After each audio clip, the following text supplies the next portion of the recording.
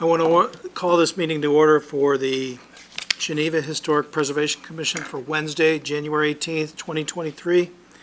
The first order of business is a roll call. Yeah, if you could. Paul Zellner. Here. Don Hartman. Here. Jewel Jensen. Absent. Oh, mine. Thank you. Do you want me to start again? No. Okay. Jewel Jensen. Lisa McManus. Here.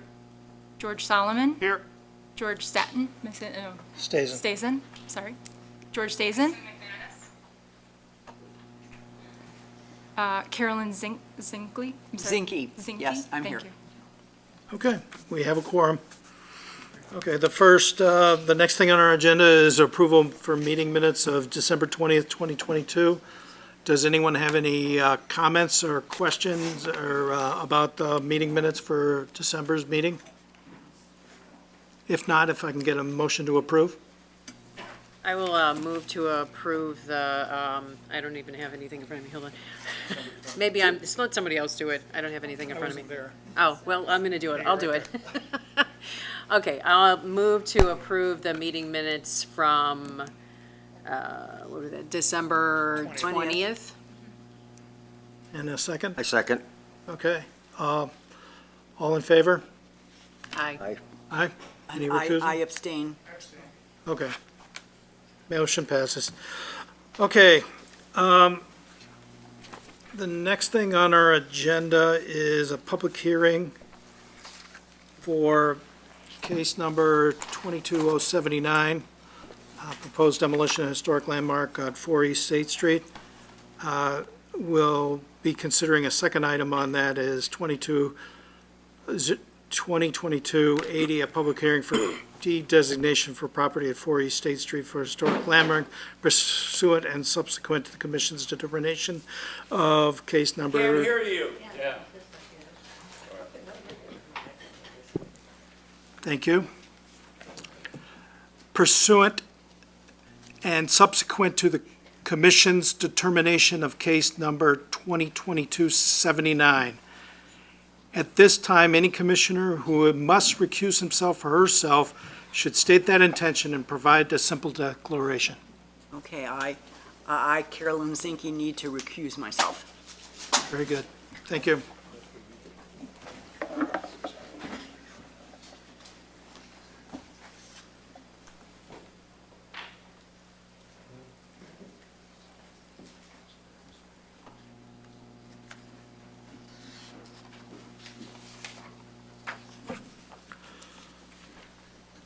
Okay. Before we proceed to the public hearing, I want to note that the agenda for tonight's meeting includes 3 other cases. Therefore, to be fair to those petitioners and commissioners, and if the commissioners concur, this evening's public hearing will not extend past 8:30 p.m. If additional time is required to hear testimony or testimony presented, I will call for a motion to continue these public hearings at a date certain. Do you commissioners agree? Yeah. I agree. Very good. Okay. Can I get a motion to open the public hearing? I'll motion to open the public hearing. Okay, is there a second? Second. Okay. All in favor, say aye. Aye. Aye. Any opposed? None. Okay, it is the Historic Preservation Commission's responsibility to conduct this public hearing for case number 2022-79 for the proposed demolition of historic landmark property at 4 East State Street, as well as for case 2022-080, the proposed deed designation of the property at 4 East State Street as a historic landmark. In order to receive testimony in favor of and against the proposal, this is the procedure we'll follow for this request. First, the preservation planner will describe written items, reports, and plans into the record. Second, the applicant will present testimony supporting the basis for demolition and deed designation requests. Third, the Historic Preservation Commission members will have an opportunity to question the applicant. Fourth, the Historic Preservation Commission will receive citizen testimony in favor and for and against the proposed demolition and/or proposed deed designation. Citizens attending in person will be recognized ahead of citizens joining remotely. Questions about the proposed boundary amendment request. What?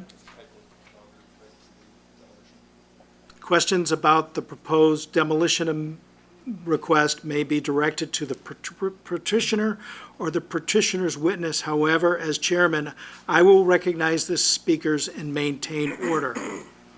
Questions about the Historic Preservation Commission process itself may be directed to the preservation planner, Michael Lambert, our city attorney, Mr. Ron Sandak, or the community development director, Mr. David DeGrew.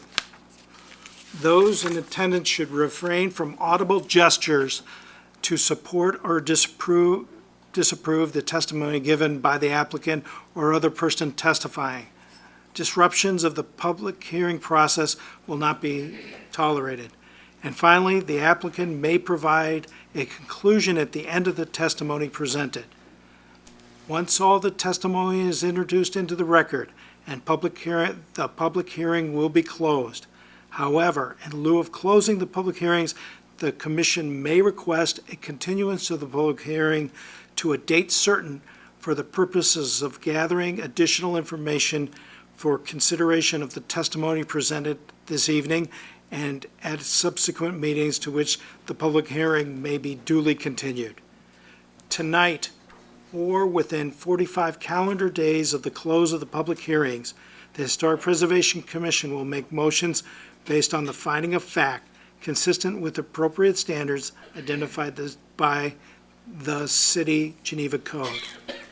Once an affirmative motion has been made for either request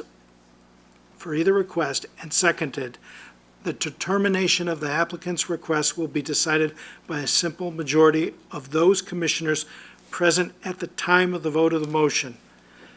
The commission's determination of the demolition request is final, except that a motion to deny the applicant's demolition request may be appealed to the City Council by the applicant.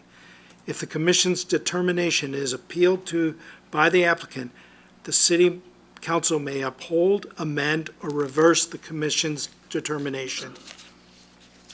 Subsequent to the commission's determination of the demolition request, the commission may make a recommendation regarding the designation of 4 East State Street as a historic landmark. The recommendation will be forwarded to the City Council, which may be upheld, amended, or reversed the commission's determination regarding designation. We'll talk about the testimony procedure.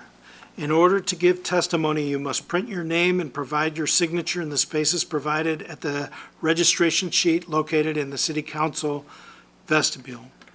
By signing the registration sheet, you agree and understand that everything you say will be considered sworn testimony and that you affirm to tell the truth, the whole truth, and nothing but the truth. And when giving testimony, please come forward to the lectern, speak clearly and slowly and loudly so HPC members, the audience, and the recording services may hear you. Begin by stating your name. If you speak multiple times, please state your name each time you enter into the record. Please be concise when presenting your testimony. If your point has already been made, it is not necessary that those points be repeated by the speaker or other speakers who may testify. Each of these points is recorded and will be considered as the Historic Preservation Commission develops its recommendation. You may provide your testimony in written form, but such written testimony may be presented to the preservation prior to the closing of the hearing. After the process is completed and everyone wishing to present testimony has spoken, the commission will then decide whether it has heard adequate testimony in order to reach a recommendation. If the commission determines that it's heard adequate testimony, the public hearing will be closed. However, If the commission determines that additional testimony or information is necessary to make determinations, then the public hearing will be continued within the procedures established by the ordinance. After the public hearing is closed, the Preservation Commission will refrain from receiving any additional testimony, either for or against the petition.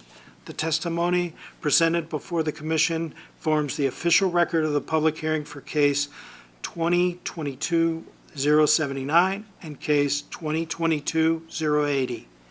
The commission then will deliberate on the presented testimony in regards to the applicant's demolition request, case number 2022-079, and make appropriate motions and vote yea or nay to either approve the demolition request as presented, approve the demolition request with amendments and/or stipulations, table the request to a date certain for the purpose of identifying additional information unavailable at the public hearing that is warranted and necessary for the purpose of the making of finding of fact. Table the request to a date certain for the purpose of providing a timely time to fully evaluate the new evidence presented by the public hearing, or table the request to a date certain to solicit expert testimony to evaluate the information provided either as part of the demolition application or at the public hearing. Following the action of the applicant's demolition request, the commission will deliberate on the presented testimony in regards to the applicant's de-designation request of 2022-80. Make appropriate motions and say, vote yea or nay to recommending approval of the de-designation request as presented. At this time, I will administer the oath to those who have signed the registration. Anyone wishing to give sworn testimony, ask questions, or cross-examine anyone giving sworn testimony, please stand and raise your right hand and answer "I do" to affirm your intent. Do you affirm that the testimony you are about to give is the full truth to the best of your knowledge? If yes, respond, "I do." I do. Thank you. You may be seated. Okay. First, we have Michael to provide an introductory details about tonight's public hearing case. Michael? Thank you, Chairman Zellmer. The designated historic landmark property at 4 East State Street is known generally as the Mill Race Inn property, but the property also is identified by a number of significant occupants of the structure over time. It's known as the Alexander Brothers Blacksmith Shop from circa 1844 to 1853, the Rystrom Carriage Shop from 1854 to circa 1878, the C.E. Mann Wagon Manufacturing and Blacksmithing from circa 1882 to circa 1884, the C.E. Mann Cooperage circa 1882 to circa 1891, the Excelsior Carlson Laundry from 1892 to 1897, the Kirk Building from circa 1902 to circa 1922, the John Updike Carriage Painting Shop from 1904 to 1906, the Anderson and Kohlberg Blacksmith and Wagon Shop from 1906 to circa 1912, and finally the Mill Race Inn from 1933 to 2011. In December 2017, David Patzelt, representative of the Shodine Family Foundation, applied for a demolition permit on the limestone structure that had been erected as the Alexander Brothers Blacksmith Shop between 1840 and 1847. On December 27, 2017, and in response to the filed demolition permit request, Geneva resident Fred H. Zinke submitted a nomination for historic landmark designation of 4 East State Street. The request for historic landmark determination was considered based on historic significance separate and apart from condition assessment, economic feasibility, and/or future uses.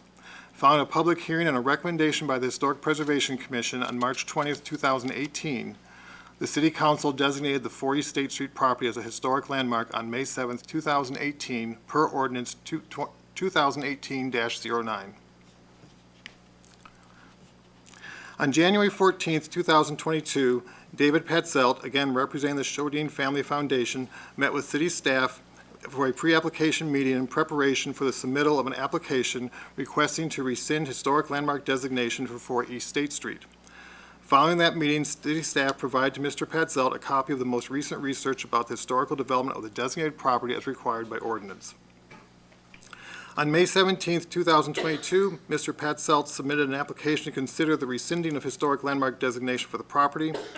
The submitted application requesting a boundary amendment, in essence, was reviewed by the Historic Preservation Commission on April 19, 2022. After deliberation, a motion was made and seconded to recommend to the City Council the rescinding of designation for a portion of the subject property per the applicant's request, subject to staff's recommendation. That motion passed unanimously 7-0. The Historic Preservation Commission's recommendation was brought before the Geneva City Council on May 2, 2022. With the adoption of Ordinance 2022-23, the Council supported the Commission's recommendation unanimously 10-0. On October 6, 2022, Dave Patzelt, again as representative for the Shodine Family Foundation, met with staff for a pre-application meeting as required by ordinance in preparation for the submittal of a demolition request for the historic landmark located at 4 East State Street. The applications for the demolition permit and the de-designation request were submitted by the applicant on October 11, 2022. Pursuant to staff review as required by ordinance, requests for modifications and clarifications to the demolition permit, as well as modifications to the de-designation application, were provided to the applicant on October 25, 2022, per ordinance. Modifications and clarifications to the de-designation request were due to staff per city code not later than November 15, 2022, and were received by staff on November 22, 2022. Modifications and clarifications of the demolition request were due to staff per city code not later than December 8, 2022, and a demolition response was received from the applicant on December 8, 2022. Per the ordinance, certain notification requirements are required.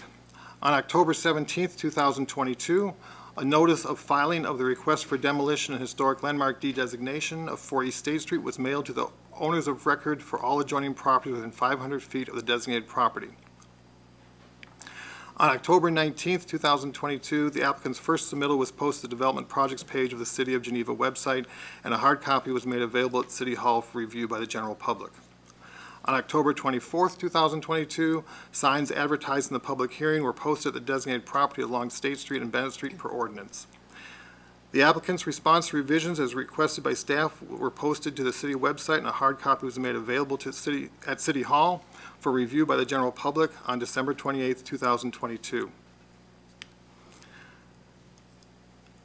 On December 28, 2022, a notice of a scheduled public hearing for consideration of the demolition and de-designation requests were mailed to owners of record for all adjoining properties within 500 feet of the designated property. On January 2nd, 2023, a notice of the public hearing to consider the two requests was duly published in the Daily Herald newspaper. We have receipt on file, and that is also available in hard copy. To date, we have received 12 letters prior to this public hearing that will be made part of the public record. One letter is from the applicant with clarifications to the staff report, and 11 additional letters have been received objecting to the demolition. We have received no letters in support of the demolition request and de-designation request at this point.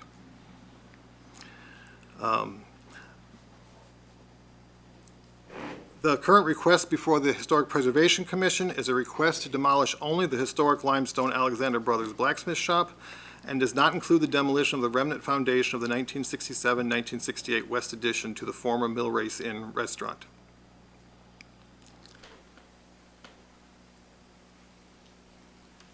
The HPC is not being asked at this time to re-examine the significance of the designated property, which includes the circa 1846 limestone blacksmith shop. That significance was determined by the Historic Preservation Commission and City Council in 2018. Additionally, the HPC is not being asked to re-examine the appropriateness of the boundaries of the historic landmark that were modified by the Historic Preservation Commission and the City Council action in 2022.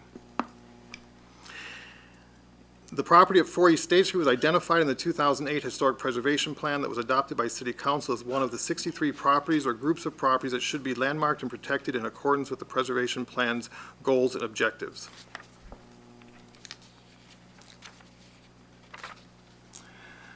The submitted application narrative states that based on a single redevelopment scenario, the historic limestone blacksmith shop cannot be economically renovated and put into service. The proposed development scenario was to repurpose the structure as a single occupant management office for the Shodine Family Foundation. The applicant's basis for the economic argument is based on a building assessment study that was prepared by Altus Works Incorporated, which is an architectural firm with historic preservation expertise, who worked in conjunction with architectural consulting engineers and K-Eng LLC. The principal investigators for the study were Heather Kniezel and Keisha Patel of Altus Works, Mark Nussbaum, architectural consulting engineers, and Ken Carson of K-Eng. The request included a pro forma statement prepared by the applicant along with comparable properties in the general marketplace. These have been included in the as attachments to the staff report and were also available as part of the public record at City Hall and posted on the city website.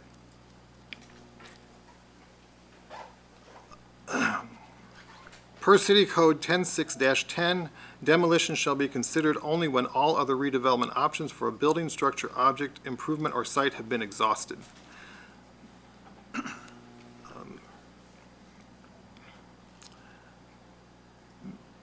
Based on the history of the sizable property addressed as 4 East State Street and based on other projects completed by the Shodine companies over the past 40 years, staff believes that other redevelopment scenarios exist for the 4 East State Street property that includes historic landmark property as reduced by City Council action in May 2022.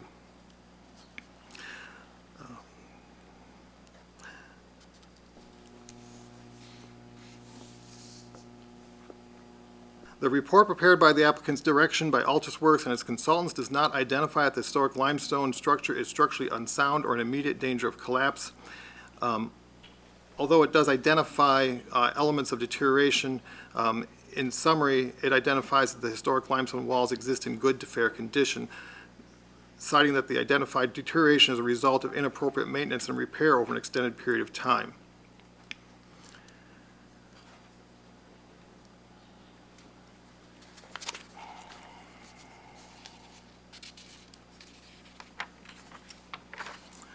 The Historic Preservation Commission shall consider the application and testimony from the petitioner in combination with testimony from interested parties in regard to the proposed demolition designation of a portion of the property addressed as 4 East State Street.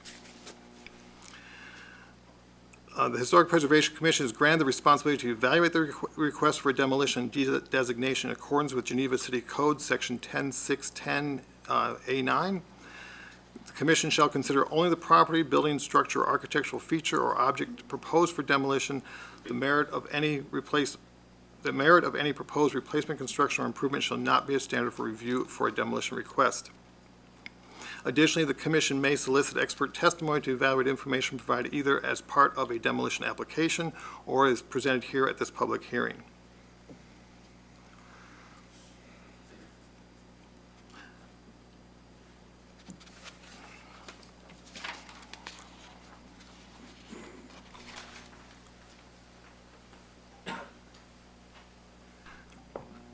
The responsibility to evaluate the request for demolition and designation in accordance with the Geneva City Code continues that when the Commission postpones a recommendation regarding a demolition request for a specified period of time not to exceed 120 calendar days for the sole purpose of allowing the applicant and the Commission to seek alternatives to demolition, the Commission shall retract said postponement when the Commission determines that any applicant has made a bona fide and reasonable but unsuccessful effort to locate a purchaser for the property who is willing to preserve, rehabilitate, or restore the improvement, property, or site, made a bona fide and reasonable but unsuccessful effort to locate a purchaser for the improvement who is willing and able to relocate the improvement to another property or site, made a bona fide and reasonable but unsuccessful effort to develop a cost-effective program for the preservation of the improvement, and agreed to accept a demolition permit on specified conditions of the Commission. When a historic landmark is lost for all time due to demolition, the HPC may request documentation of the property prior to demolition so that the architectural and historic character of the property is recorded in perpetuity for future study and awareness as provided in the Geneva City Code, Section 106-10, A19. I'm sorry, A9. Correct that, please. In any case, the Geneva City Code requires a determination within a specific period. The Commission shall make written findings of fact within 45 calendar days following the close of the public hearing. The Commission may grant a demolition request for a historic landmark or a property within a historic district if upon review of all testimony, the maintenance, use, and/or alteration of the property would cause immediate and substantial hardship for the owners, because rehabilitation in a manner which preserves the architectural, historic, or structural integrity of the property either is infeasible from a technical, mechanical, or structural perspective, or would leave the property with no reasonable economic value because it would require an unreasonable expenditure to rehab the property. The Commission, by a simple majority vote, shall grant or deny the application for demolition. There are 4 standards that the Commission shall consider when considering the demolition request. The 4 standards are: 1, a building, structure, object, improvement, or site that constitutes a hazard to the safety and welfare of the general public or occupants of the improvement, property, or site is determined in consultation with the preservation planner by the City of Geneva building official, code enforcement officer, chief of police, and fire chief. A building, structure, object, improvement, or site that is a deterrent to a major improvement program that will be of substantial benefit to the community, for which the applicant has secured all necessary and required planning and zoning approvals, environmental clearances, and project financing. Third, the retention of a building, structure, object, improvement, or site that will cause undue hardship to the owner of record when a governmental action, an act of God, or other events beyond the control of the applicant created the hardship, and all feasible alternatives to eliminate the financial hardship have been attempted and exhausted by the applicant. Or the 4th standard is the retention of a building, structure, object, improvement, or site is not in the best interest of the majority of the community. To clarify what happens after the close of the public hearing, if the request to an action by the city or action by the Historic Preservation Commission, if the request to demolish and de-designate the historic Alexander Brothers Blacksmith Shop is denied by the Historic Preservation Commission, the Geneva City Code states that there may be an appeal of the demolition to City Council by the applicant. Both the applicant and the Commission have the right to be heard at such appeal proceedings, and upon consideration of the written record of the Commission's decision and the applicant's appeal, the City Council shall grant or deny the application for proposed demolition work. Within 30 calendar days after such an appeal is made, the City Council shall, by resolution, affirm or reverse the Commission's determination according to the applicable standards set forth in the ordinance. Just to note that from the date of the filing in October of 2022, and until such determination is made by the Historic Preservation Commission and/or City Council, the owner is prevented from making any alteration, construction, demolition, or removal of the property except for ordinary repair and maintenance. Furthermore, if demolition is approved, the site must be restored and maintained per City Code until such time that development of the property occurs. However, it is important to note that any demolition that may be granted by City Council is only valid for 12 months from the date of approval. That outlines the procedure and the process. Okay, thank you, Michael. Next, we will be hearing from the applicant, if you want to step forward.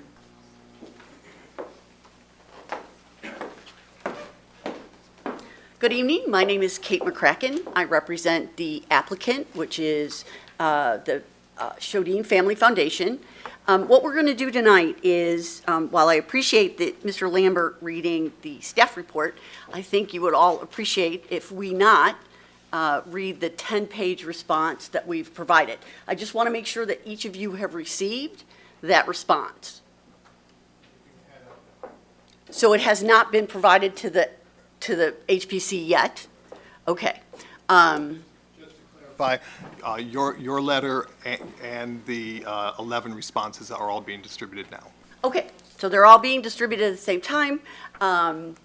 Having said that, I think you will all appreciate that I'm not going to read word for word the 10 pages.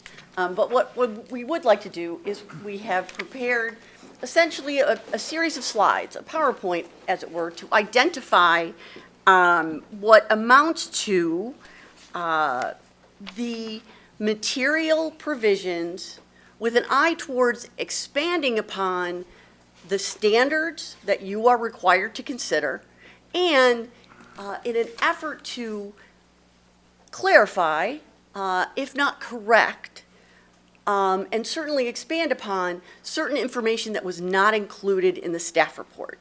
There is substantial material evidence that you are required to consider that was not included in the staff report.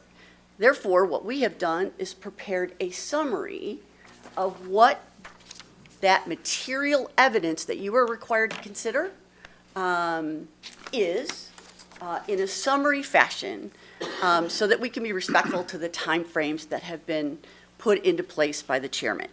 So next, I'm going to introduce Dave Petzelt, who is the representative of the owner of the property, in order to review the slides and the material evidence we would like you to consider when you are reviewing the standards for the application.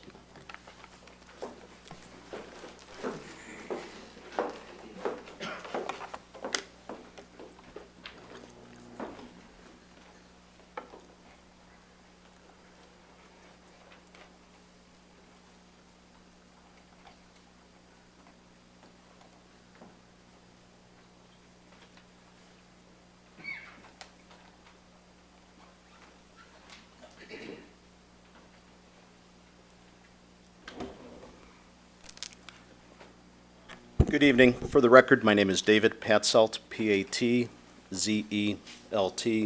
77 North 1st Street, Geneva, Illinois, 60134. I appreciate Michael's reading, and I think the chairman had even mentioned it, and I hope that within the hour and a half or so that we're given for this review, that we can stay focused on the application for demolition this evening and not get buried into the rehashing the historic significance and the historic artifacts and things that had happened at the site, as Michael, I think, in his staff report clearly outlines those. So I would hope that we stay focused on the application for demolition of the remnant stone structure, and hear the public testimony that pertains specifically to that. A couple of the, Michael had pointed out in the staff report, and I'd just like to highlight that, as he had said, there's a section of the ordinance that allows the applicant to submit a detailed analysis of the cost to reconstruct or refurbish the subject structure. That we had done, had submitted that, and that has been reviewed by staff, and you have a staff report that summarizes it. However, there are some, we think, some very critical missing elements to that report, and as Kate had indicated, there's a 10-page letter that gets into those details, but I'll try to summarize some of those issues for you as we move forward here. But so we did submit that report. As the staff report had indicated in their timeline, we think that there are some very significant timeline or items in the timeline that were missed in the staff report. And that the first ones being relative to the proposals that we had obtained from professional architects to complete the 50-page study and cost analysis of the repurposing and repairing and restoring of that structure. At the time, we were working with staff, cooperatively with staff, and to make sure that we had a clear scope for those architects to perform, and that it would answer all of the questions per the ordinances.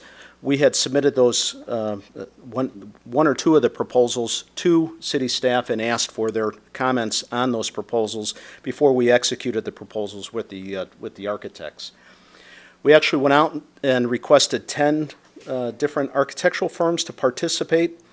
Only 2 architectural firms volunteered to submit proposals. Out of those 2, we had selected what we thought was the most competitive, had invited them to the site. We toured the site. A couple interesting things then occurred. The first one was when the 2 representatives, the architect and engineers that were with the consultant, stepped foot inside the building. They looked around and they immediately commented that the building was unsafe and they needed to exit the building immediately, which they did, and they continued their tour on the exterior of the building. Then about September 23rd, after reviewing the architect's proposals, staff did provide us with some comments and recommendations as to what should be incorporated into the architect's analysis and proposals.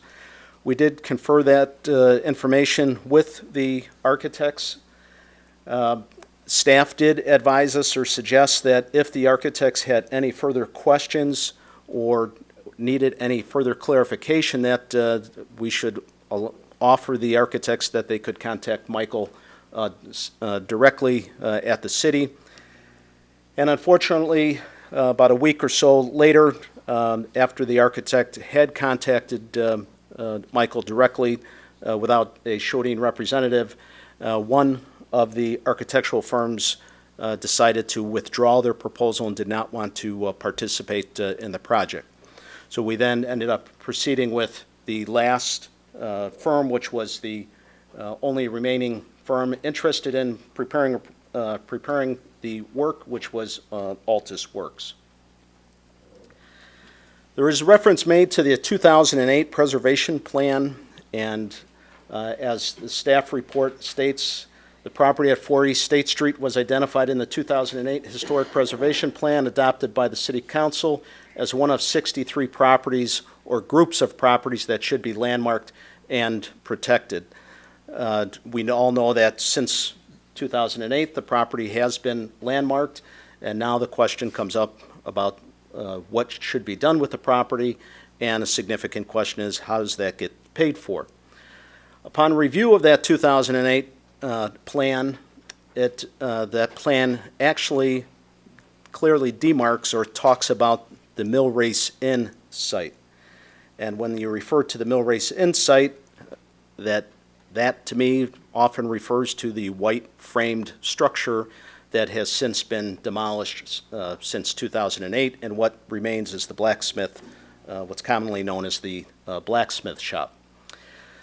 Since that drafting in 2008, specifically in May 2022, as Michael had indicated, there's been revisions to not only that plan, but also to the landmark designation of the Mill Race site, including significantly reducing the landmark designation of area of land on the subject site. City staff, we believe, fails to identify that in the 2008 plan, that the plan actually contains numerous goals, action plans, immediate priorities, and short-term priorities. And upon reviewing of all of those priorities, most of those, we believe, have not been met by the city since 2008.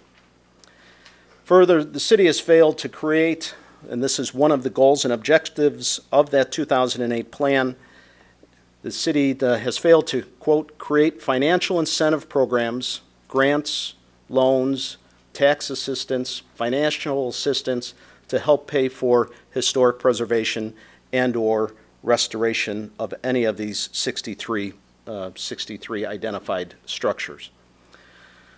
We believe that the 2008 Historic Preservation Plan should have provided guidance to you, the Historic Preservation Commission, to ask certain other questions such as what is the condition of these 63 properties? What would it cost to protect these 63 different properties? What is the reasonable cost? What is a reasonable cost that should be spent on these 63 different properties? How will the city help finance and fund the protection of these 63 properties? And what to do if the cost is too excessive for any of these 63 properties? Clearly, with all of this information missing and with not achieving any of the goals that are set forth in the 2008 plan, it appears to us that this 2008 plan is underutilized and is not being used as an efficient tool for the city and/or HPC. Michael made reference in his staff report that there was only a single scenario submitted for the repurposing of the structure. That is, in our opinion, is false. In short, there's been several different ideas, concepts floated for repurposing of the structure. Those include city staff and the City of Geneva's own consultants preparing some analysis and scenarios. It includes city staff and myself going to the Park District to see if they would entertain using this structure or perhaps redeveloping the structure for some use in the park, as well as there's other private redevelopers that had been approached to see if they had interest in repurposing this structure. The first one that I mentioned, which was the city staff and the city council, they issued requests for proposals, interviewed numerous design firms, and contracted with a team of organizations that spent approximately $300,000 of the taxpayers' money to determine the most appropriate and cost-effective redevelopment plan for this site, which included a specific analysis of the historic remnant stone structure. Those plans were vetted at public hearings, and the final plan that was selected by staff and the staff's consultants was then ultimately presented to City Council and rejected by the City Council. That exhaustive work was conducted by experienced firms including Hitchcock Design Group, Business Districts Incorporated, Fitzgerald Architects, and the Structural Group, which was a structural engineering firm that evaluated the stone remnant structure. And I'll talk a little bit about them on a later slide and what their findings were. The scenarios that were evaluated during this work included specifically incorporating the structure into another structure, adding on to the existing structure, the structure remaining where it is by itself, and or the structure being relocated. City staff called, as I indicated, their own meeting with the Geneva Park District. We were invited to attend that meeting. There was 2 different meetings. The Geneva Park District staff heard the discussion, was involved in the discussion, and then our understanding is it took it to the Park District Board, whereat the Park District Board had no interest in proceeding or participating in the use, in any use of this proposed or this existing structure. The city staff and I, on behalf of the property owner, met with a potential redeveloper to redevelop the structure into, many of you may have seen it or heard about it, but a potential beer garden. That potential user evaluated the cost and whether they wanted to be a redeveloper of this site, and they eventually commented back or responded back that they had no interest in being a redeveloper of that of the stone structure. Lastly, at the time of the landmarking and arguments on both sides of the fence, Colin Campbell, who is here tonight in the audience, he advised in a public comment period that all they wanted was really time to try to find a user for this stone remnant structure. That was years ago, and still to this point, nobody has come forward that has interest or the finances to reuse this remnant structure. Requests for funding. On page 4 of the staff report, staff states, "The economic feasibility study did not include the application of any state or federal tax credits, nor potential public or private grant funding, nor any request for tax increment financing." Totally false. The financial analysis did include a line in the pro forma, and that line was entitled Estimated Contribution from the City. Specifically, it was on an Excel spreadsheet, and that Excel spreadsheet provided to the city had a cell of E30 on the spreadsheet, and there was no number filled in because no funding was available from the city. The staff report fails to discuss or mention the numerous emails, personal meetings, telephone conversations between Chodine, myself, and the staff that were all related specifically to financial assistance to restore the subject structure. During October of 2022, Chodine understood the preservation planner was seeking ideas and thoughts as to how this project could get or could obtain financial assistance. Chodine immediately contacted, at the direction of Michael, to contact Director of Economic Development, Kathleen Tomachenko, wherein I specifically asked for funding through grants, tax credits, and tax increment financing. City staff responded back that they did not have any grant funding. There was discussion about the Illinois Historic Preservation Tax Credit Program that provides a state income tax credit equal to 25% of the project's qualified rehabilitation expenditures. In that discussion, there was issues with the owner of this property is a 501c3 that does not pay income tax, so getting a tax credit would be unusual and difficult. The tax credit, if awarded, as these are competitive applications, would only cover 25% of the QREs. And the question then was raised, being a competitive project, our understanding of the calculation of how competitive is how many jobs does this structure, when it's completed, generate, and what is the significant positive or stimulation to the local economy once the structure is completed.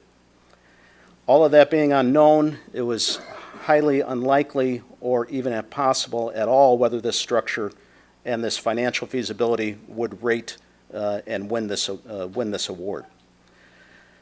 The applicant requested the city should employ a tax credit consultant to further analyze this and see if funding was available. The city preservation planner replied directly to me that the city will not do that. We then discussed tax increment financing and if funding could be provided. Several questions were raised directly to staff, and I'll run through those real briefly, that we never got answers to. If TIF funds for restoration of the remnant stone structure are available, staff could not answer. If the project cost identified in the provided pro forma are eligible for TIF funding, because not all costs are necessarily TIF-able expenses, staff could not answer it. If the city staff and the city's TIF consultant would identify any of the items in the pro forma that are TIF eligible, and they would not provide that. If the City of Geneva's Economic Development Department and City Council are even willing to provide any financing for this, to restore this structure, we could not get any answer from staff on that as well. Our track record of trying to get information on the financing started back in October. On October 28th, I, as the representative, met with Mr. DeGroot, Michael, and Kathleen Tomachenko. We discussed all of those various financing options, and it was my understanding that the city staff would review those and would be getting back to me. On 11/5, not hearing back from them, I reached out to them again in an email requesting further review and or answers. I did not get a reply. 4 days later, not getting a response, I then placed a phone call and had a telephone conversation with Kathleen Timochenko, and she did not have any clear answers yet and was still going to get back to me. On 11/22, still had not received any response from the city. We reached out to city staff via email for a response. On 11/3, we finally received a response, in essence, that the city did not have any funding, was confused about what the questions have been over the last month or 2 months about trying to obtain financing, and in conclusion, if we wanted to obtain any answers to our questions, withdraw our application for demolition.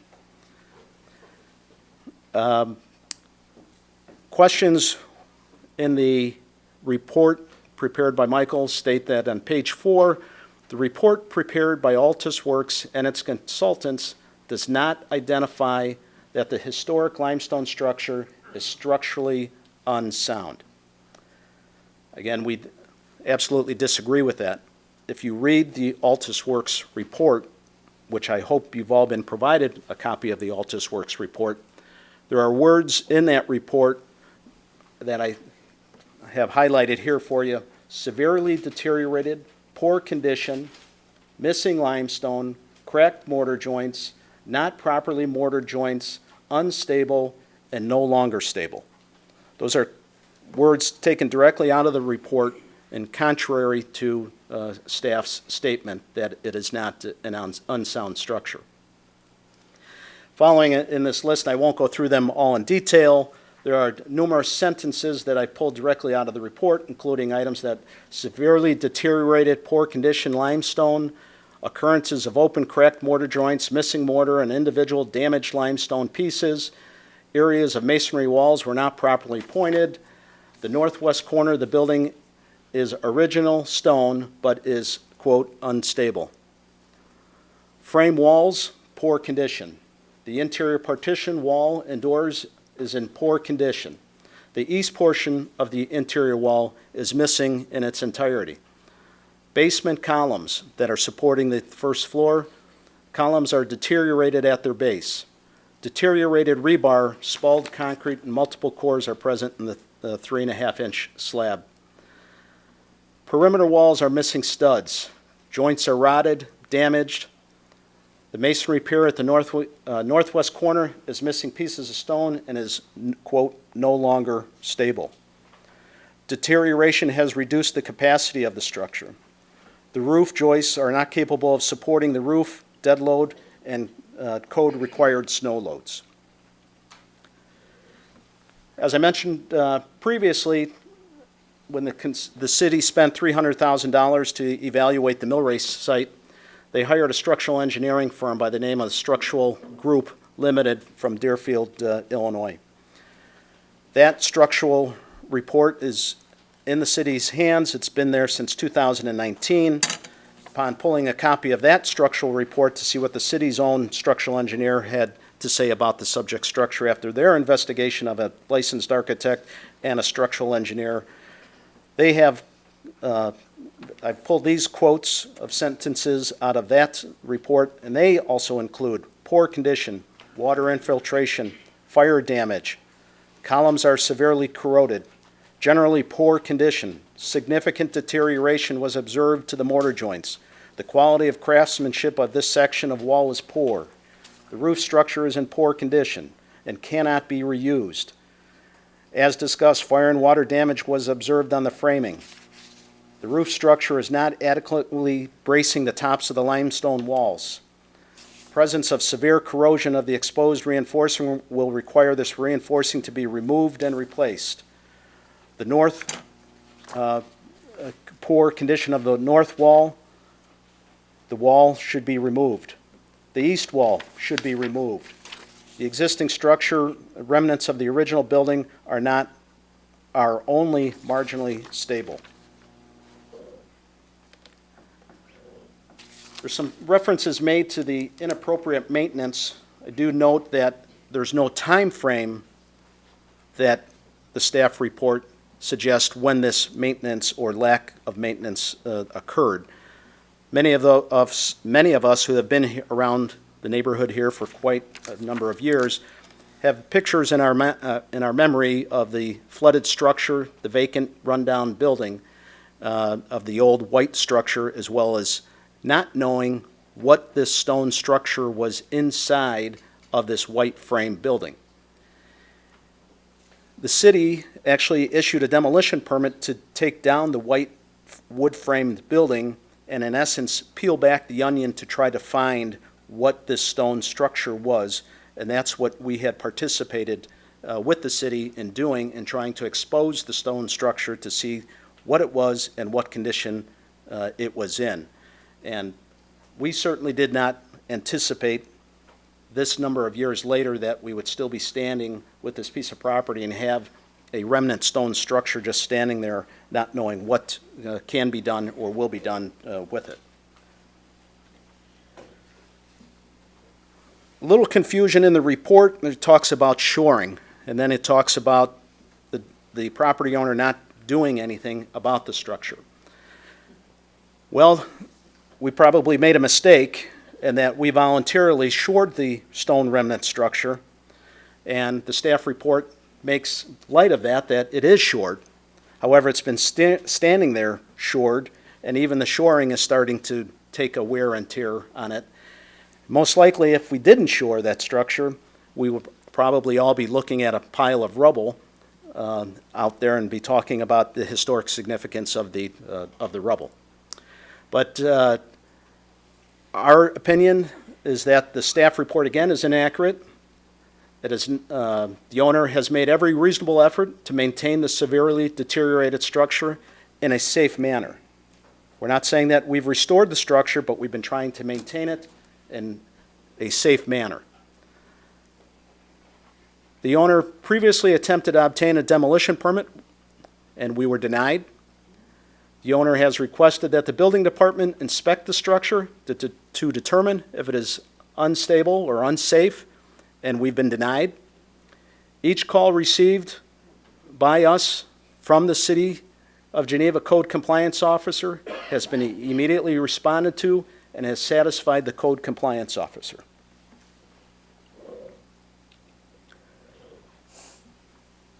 Again, in the staff report, the report notes that the Altus Works was not done in accordance with code compliance. Again, we absolutely disagree.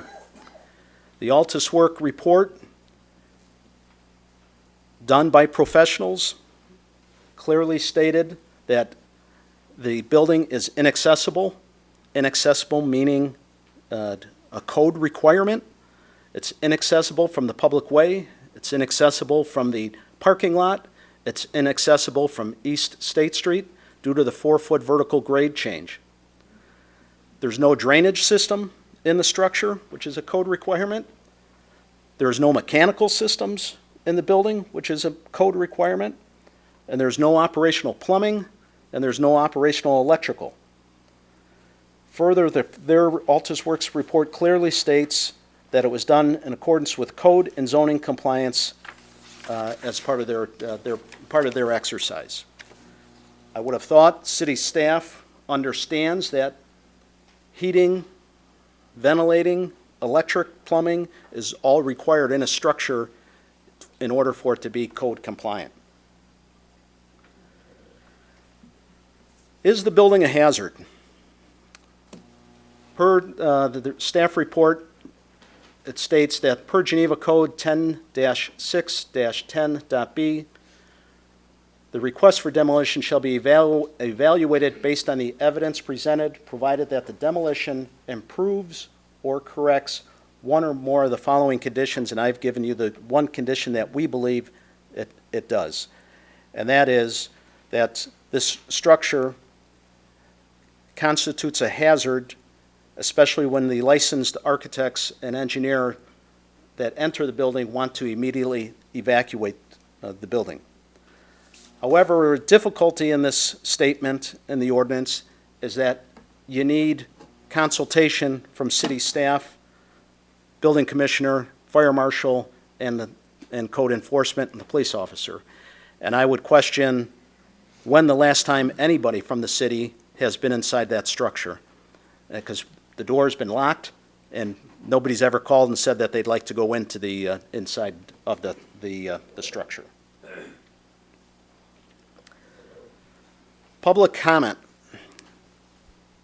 Staff, in their report, clearly states that in May of 2022, the council supported the commission's recommendation unanimously to rescind the landmark designations on portions of the property. Yet what we question is that when that land was de-landmarked, it specifically was all the land fronting Bennett Drive, Route 25. However, staff went on to state that on October 24, 2022, they went and placed a sign on that same land. Why are they placing a sign on land that has been de-landmarked and is not subject of the demolition? The city staff has done an excellent job in public notification for everyone that is in favor of historic preservation and restoring the subject structure. However, we firmly believe that staff has miserably failed in obtaining financing to try to restore the subject structure. We believe that staff did not realize the amount of public response that showed up on social media in support of the demolition. On Preservation Partners of the Fox Valley's own Facebook page, when they posted the Shaw Media article that recently came out, one reviewer posted a comment, quote, "Tear the building down." As of January 5th, that comment obtained 71 thumbs up and no thumbs down. On Preservation Partners Fox Valley's Facebook page again, when they posted "What's up, Geneva?" and the comment was made by some poster, "Tear the eyesore down." 17 people voted thumbs up, and again, nobody voted thumbs down. When someone posted, "No, keep the historic structure," only 5 thumbs up were recorded. I don't know if Facebook and social media is the way that all elections should be handled, but certainly gives some evidence of what the public opinion is out there about the stone remnant structure. In accordance with Section 10-6-10B, a demolition request can be evaluated considering the following primary factor: the retention of a building, structure, object, improvement, or site is not in the best interest of the majority of the community. And I think that is one of the questions that you need to be faced with, is it in the best interest of the majority of the community or just a few or several? That's all I have. I'll turn it back to the chairman. We're certainly available for questions. Thank you. Thank you for that. I think that what I'd like to do is, if there are any members of the commission that have comments directly that would like to ask Mr. Petzel anything specifically about his presentation, we would do that first, unless you want to just move on to the public portion of it. You'll have to put on your mic. I feel like maybe we're a little limited in time right now. We've got 25 minutes, right? Correct. To hear the comments of many, maybe we should give them a chance to speak. I just wanted to give you guys a chance to be able to respond to Mr. Petzel's report, or his presentation. So, but I don't know that we're going to have resolution this evening anyway, I would think, just speculating. So we might as well let the public who's shown up maybe have a chance to talk.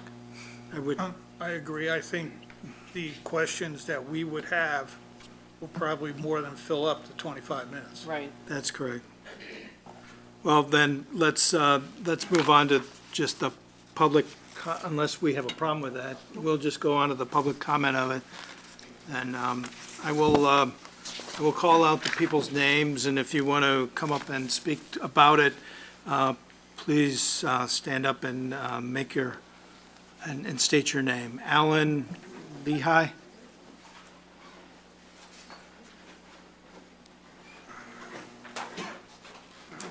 Been before 2017. If you could state your name again. Yes, my name is Alan Lehigh. It's Leahigh. I reside at 211 Garfield Street in Geneva, which puts me about 3 blocks northeast of the site at 4 East State Street. I appear here on behalf of myself as a citizen, not associated with anybody.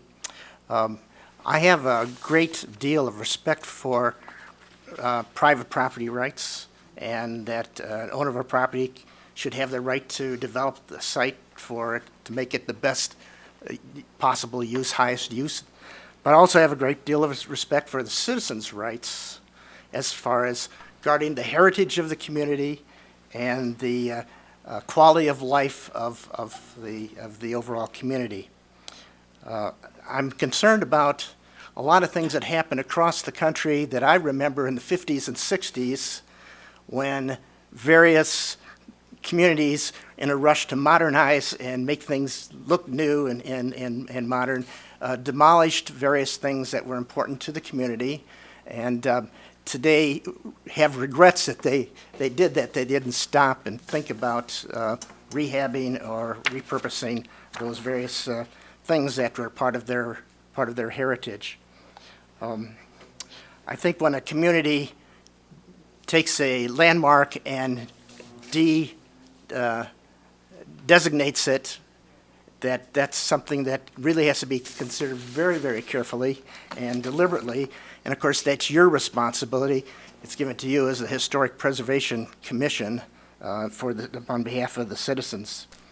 In fact, it even says, I understand in the city code, that the demolition should be considered by this commission, any designation, and it should be in accordance with Code Section 10-6-10.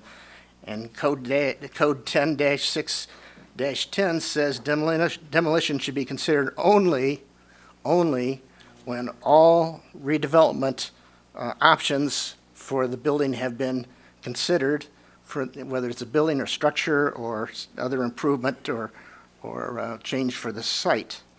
I don't think that the commission can feel that all the options have been exhausted, and that would be my position I would bring to you. I would like to, if you would imagine with me, a study group that were to come together in the private sector, not a city commission or committee, but in the private sector, that would look at some of the options that might be available. And this could have representatives from key groups and stakeholders within the committee. Yes, sir? I'm sorry? I think I want to keep you focused on the specific of this, so you're, just keep focused on this specific designation and de-designation and demolition. Yes, and that's exactly where I'm headed, because I'd like to make a proposal to the commission to consider, and that is that, as I was saying, I could imagine a private sector group that had representatives of various stakeholders, such as the Chamber of Commerce, the Fox Valley Chamber of Commerce, the Preservation Partners of the Fox Valley, Geneva Economic Development Department, the Geneva, certainly your group as a commission, the Park District, the Strategic Plan Advisory Committee, the History Museum, the various people that have a stake in this coming together, and including representatives certainly of the Shodine Family Foundation, because after all, it is their property. And I see that in their reason for being, in their charter, is that it's dedicated to support programs that enrich and strengthen the community. And we, the foundation, strive to make a lasting and positive impact on the quality of life in the community in which we all live. And I think that could be the purpose of the study group to come up with some thoughts, some ideas that might be useful, and in accord with the stated mission of the Shodine Foundation to have a positive impact on the community. This group could also involve some outside experts from the neighboring towns that have faced similar situations, such as redevelopment of the Stacy's Tavern in Glen Ellen. There'd be things to learn. I would just think that there, within the community and among these various groups, there is enough imagination and creativity and resources to do the things that have been done elsewhere in the community that have been very, very successful, like the redevelopment of the Harrington Inn and Spa, which I think is one of the real gems of the community, and the Riverside receptions, and the Dodson Place, and the Pure Oil filling station. All these have shown that this kind of work can be done and can be done successfully in this community. So I would propose that the commission consider that all the options have not been considered yet, and therefore there should be no decision to de-designate or to demolish at this time, that there are ways to move forward to have a lasting impact on the community, a positive impact, much as is stated in the Shodine family's purpose. So I would hope that you would delay any decision on this, and I will also hope that some organization or some person would step forward to organize a private group to study this, a citizen study group. And if no one were to do that, if no organization or person were to step forward as a concerned and passionate citizen, I would be more than happy to organize such a group. Thank you. Thank you. Okay, next I have John McCormick.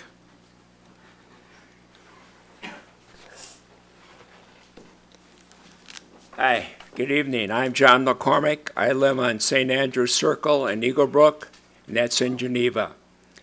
And I want to say the first two people put me to sleep. 30 minutes of sleeping. But when the next one came up and said $300,000 of my money was spent to get the 9 of you to agree to demolish that, gets me to thinking why I have a suggestion. That means you really want to get that demolished. You don't want it to get it demolished. And I wonder why. Because that is sitting there making no tax money.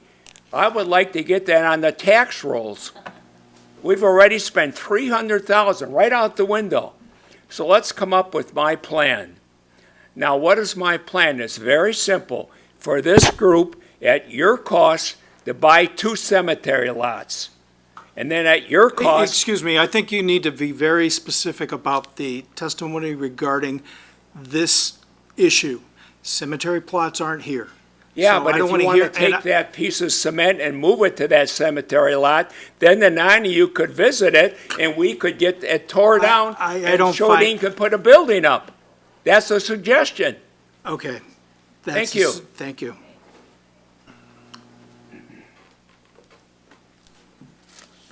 The next person on the list is Kendra Parzan.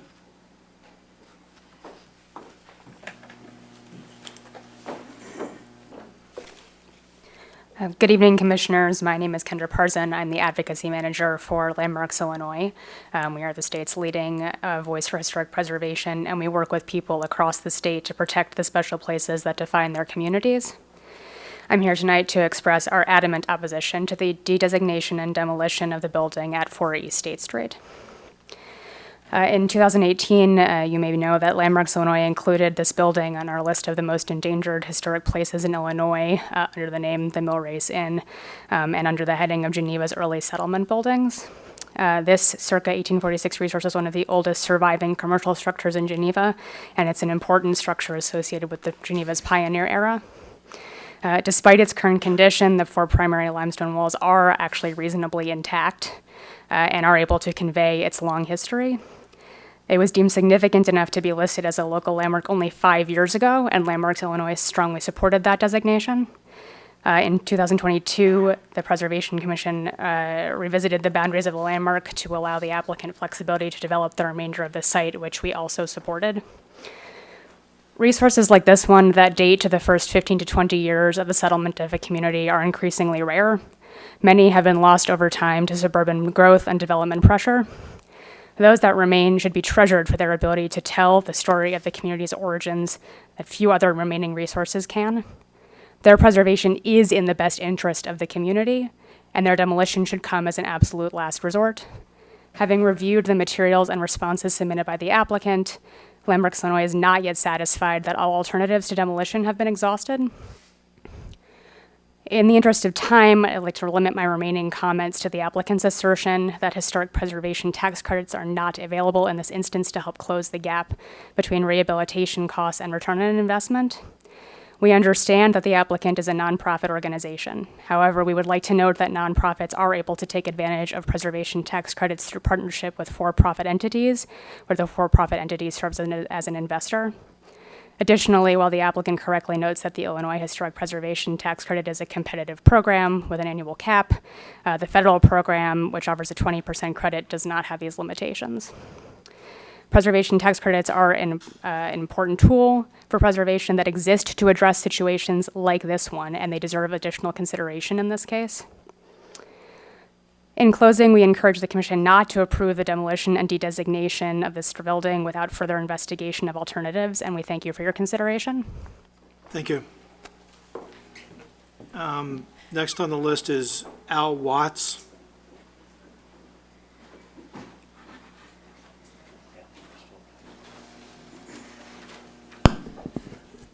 Good evening, Commissioners. I am Al Watts. I'm Community Engagement Director for Preservation Partners of the Fox Valley. Our offices are located at 8 Indiana Street in St. Charles.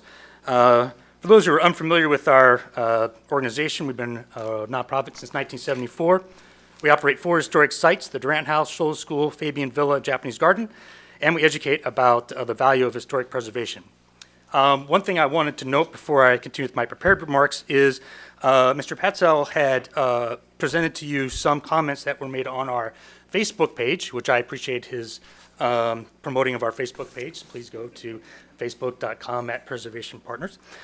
Anyway, if it is a criteria in which you all wish to use in determining whether this building should be demolished and delandmarked, then please let me know, because I'm more than happy to present to you all of the comments that we still have available on our Facebook page, so you can fully vet all the comments that were made on all the posts that we have done about this project.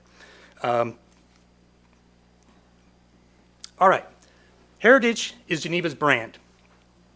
Heritage is what makes Geneva unique. Heritage is what makes Geneva a great place to live.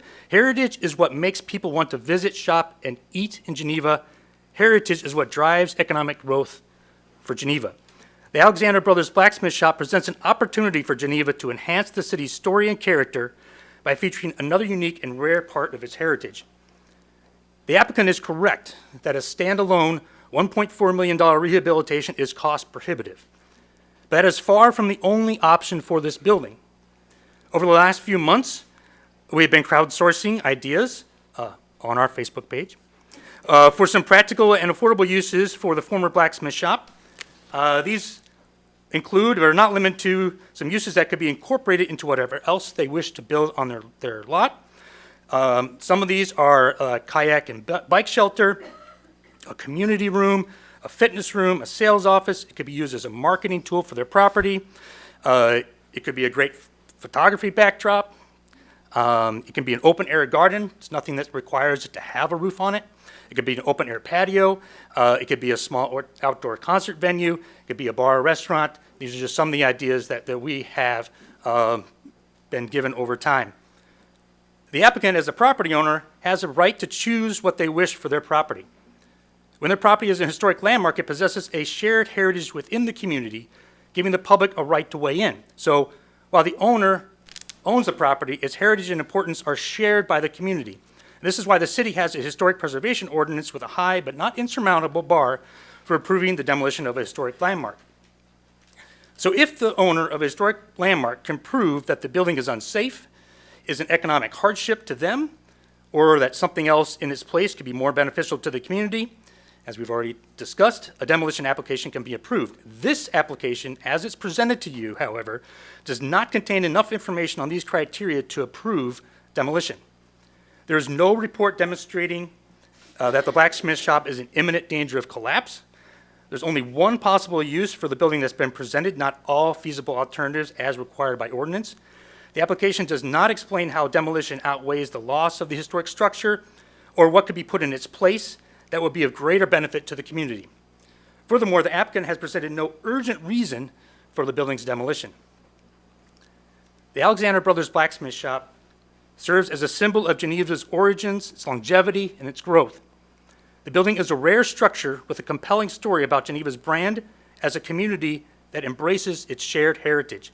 Throughout its history, the blacksmith shop has survived because of its sturdy construction and the ability to evolve to meet the changing needs of the community.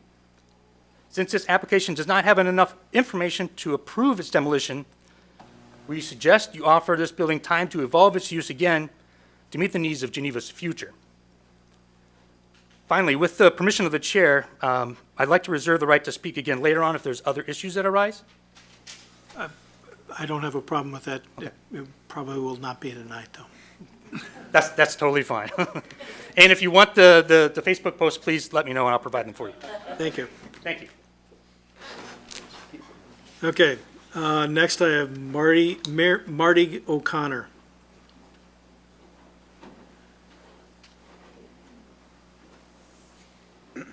Marty O'Connor. I'm from DeKalb, Illinois. I have obviously not a local interest, not being a taxpayer here, but I have done blacksmithing myself in a little limestone building very similar to that also has mortar issues.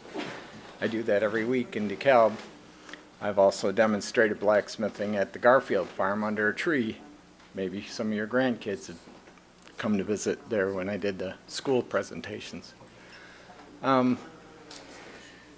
As the last speaker just mentioned, the various uses don't have to include a roof or plumbing. Some of the things that were brought up by the applicant. I agree with that. There's so many other uses. And if you look at Naperville, Illinois, the Hobson House was incorporated, 1155 South Washington was incorporated into a larger business office complex and still stands today. It's from 1845. And also in Naperville down the road is Hobson's Mill ruins site on the Pioneer Park. Nothing left there but two big millstones and the remnants of the mill foundation. So it's not a live-in structure of any type or shelter, but it still maintains its historic significance for the community, and it's there for all the community to appreciate their history, pioneer history. So that's all I have to say. Thanks. Thank you. Colin Campbell.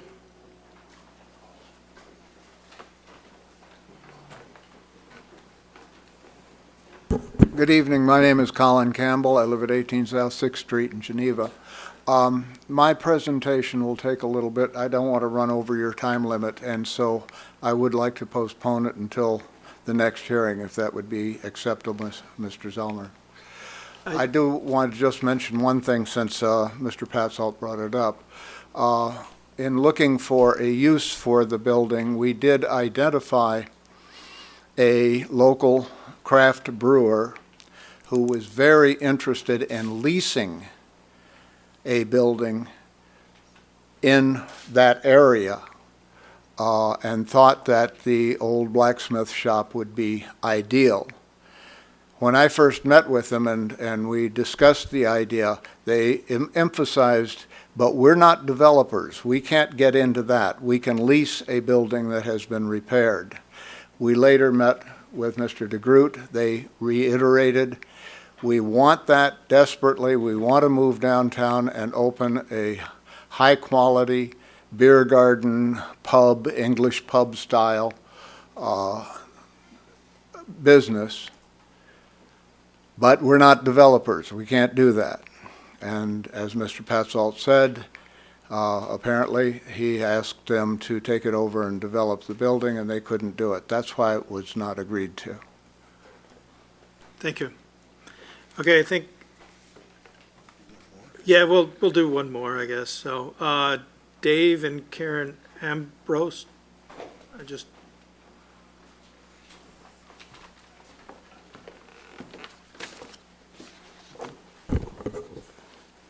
It's Dave Armbrust and Karen Armbrust were preservationists for the last 38 years, Barinko, Illinois.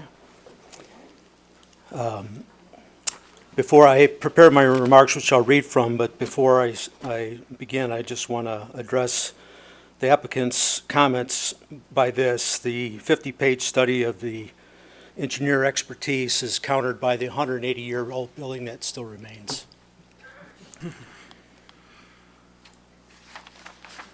The essence of the Anderson blacksmith shop.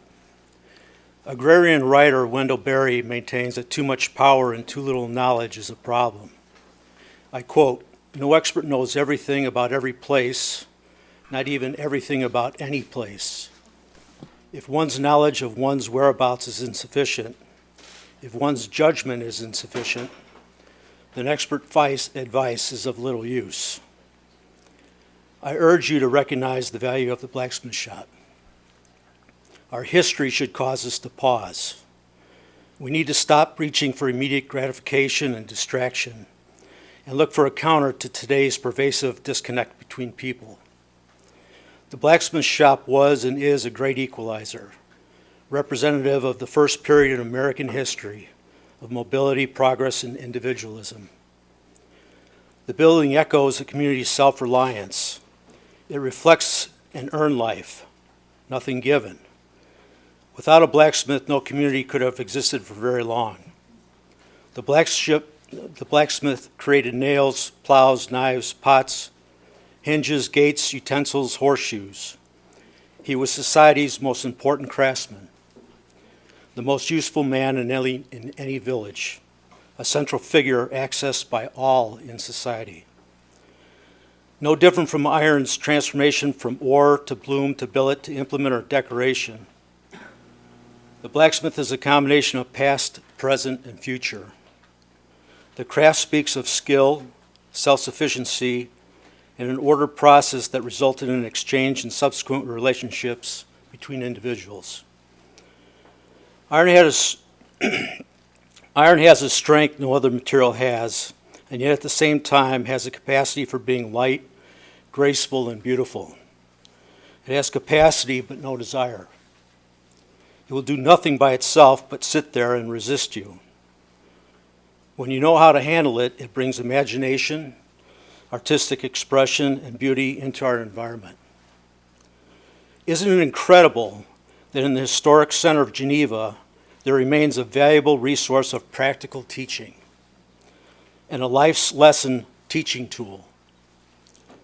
Henry Wadsworth Longfellow, in an 1839 poetic narrative, The Village Blacksmith, written in memory of his 17th century blacksmith ancestor and memorized by American school children through the 1950s. He depicts a sympathetic portrayal of an unassuming but moral workman. The last stanza reads, "Thanks. Thanks to thee, my worthy friend, for the lesson thou hast taught. Thus at the flaming forge of life, our fortunes must be wrought. Thus on that sounding anvil shaped each burning deed and thought." Living in the 21st century, many of us haven't had the comfort of living in one location.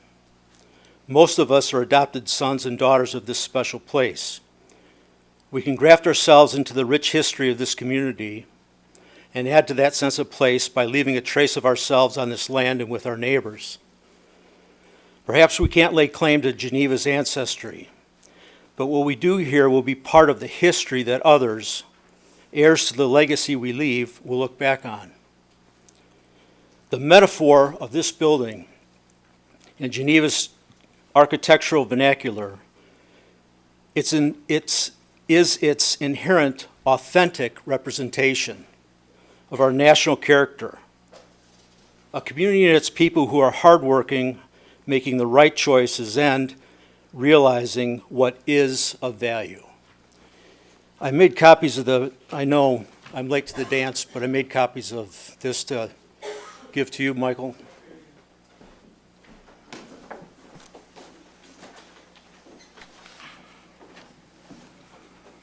Thank you all very much. Thank you. Thank you for your comments. I would like to take a few minutes to just ask the commission, there's been a lot of, there is, within the demolition application, there was a pro forma analysis done. And I am an architect by trade, so I can read the cost estimates, but I'm not sure I'm qualified to really look at the pro forma analysis that's done. Do we feel that we can make that analysis? Because that seems to be their strongest claim for demolition. I'm not sure I'm comfortable making that analysis without having someone else look at that. That's what I was just gonna say, is I do feel like we need additional information that maybe we don't have access to, right, at this moment. We're not in a position to vote on this right now anyway. We're gonna need to continue this to a Correct. future meeting. But I don't know if that's enough time to do that. Well, I could ask Michael or the city attorney whether we could have an analysis of the pro forma statements that were, analysis that was done. So the pro forma for the petitioner is a material part of the application. Your rules and the ordinance does provide for the opportunity for the HPC to seek an expert opinion or seek assistance with the commission's analysis. So if that, apart from the fact that another date for the public hearing has to occur, nonetheless, if part of that extension this commission wishes to seek, if it can find, hopefully pro bono or at minimum cost, someone to do an analysis, someone in the business of looking at pro formas, whether it's in a demolition situation like this or in a similar situation, that is certainly within the province of this commission. And I would recommend, if that's what the commission wants to do, it be part of a motion to continue the public hearing. Okay.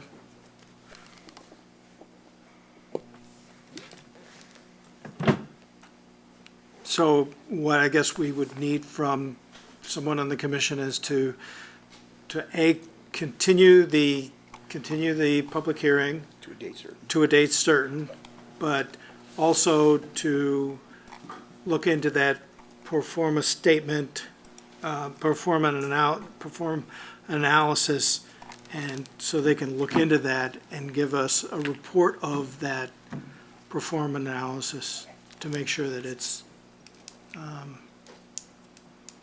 Clear. exactly. If either George or Lisa, do you feel comfortable putting together that?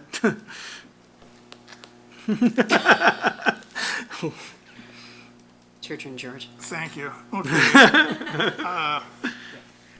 So if a motion is sought, the motion would be, I move to continue the public hearing for a date certain, for purposes of continuing the public hearing and for giving staff direction to seek potential assistance for the commission with respect to the pro forma tendered by the applicant.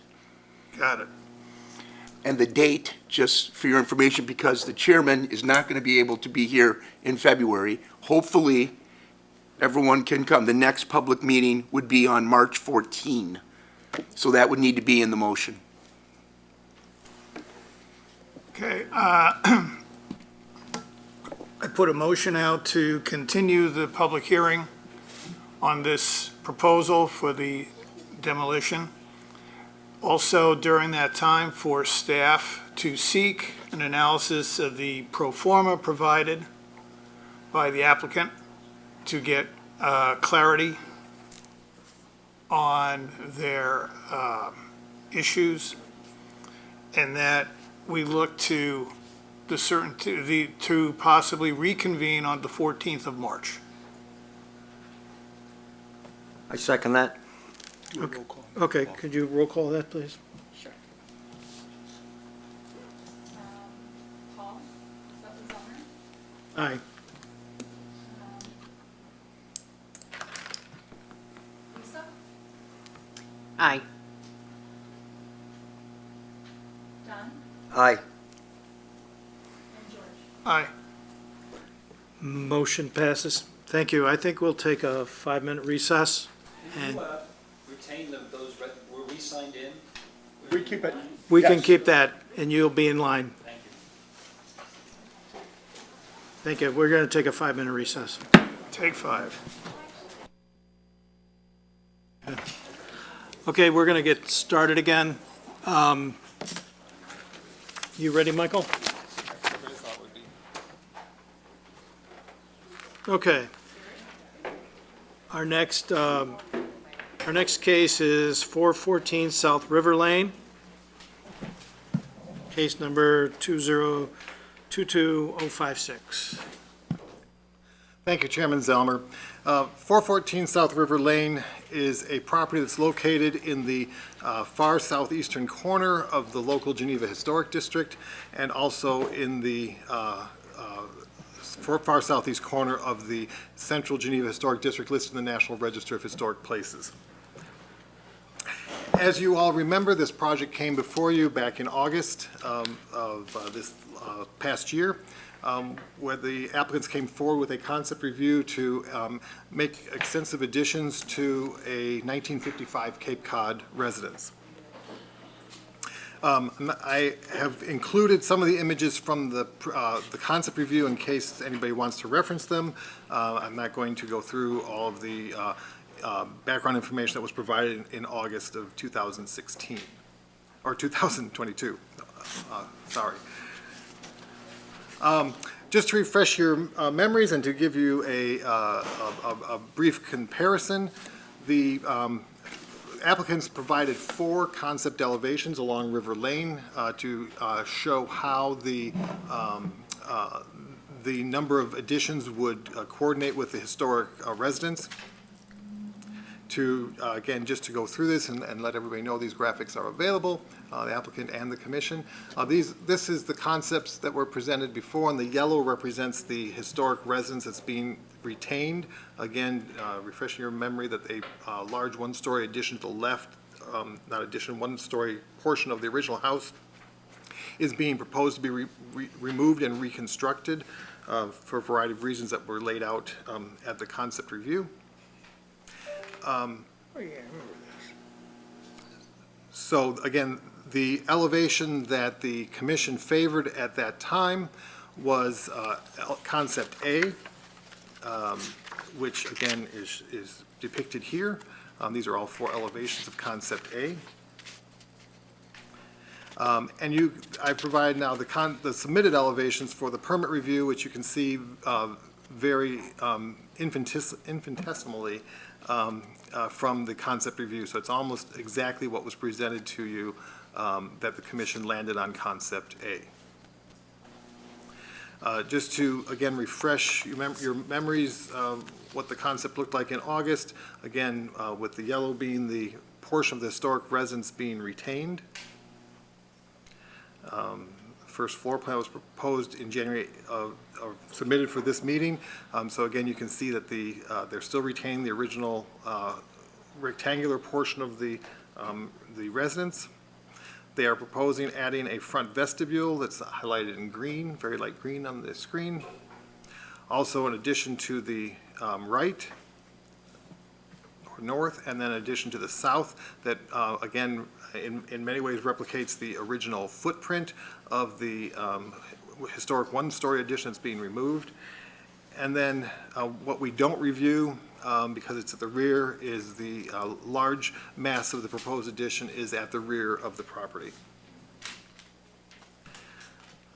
Again, showing the second floor, what the concept elevation was that was presented in August of 2022 that the commission seemed to favor, and the second floor plan that was submitted in for this meeting tonight, January 18th. So again, there are some minor differences, and I will let the applicants explain what those minor differences are and how they've evolved in their presentation. Again, just to help you understand what has been submitted and look at how the second floor has evolved, the yellow is again the original portion of the house with part of it being repurposed. The gray areas are the roofs of the first floor to give you an idea of massing. The red area is again now a two-story addition. It's actually a 1/2 story addition with a second floor tucked under a roof space. And then the rear addition, again, which is the largest component of the proposed project. So I've highlighted in the staff report the staff's analysis of the review of the design guidelines, how the concept that was favored by the commission, how that aligns with the design guidelines and the standards, the Secretary of Interior standards for rehabilitation. If you have questions on those after the applicant has made their presentation, I'm happy to address any of those questions. But this time, I would like to turn the podium over to Sean Gallagher and Matthew McKnight to discuss their project as it has evolved since August and seeking your input on approval.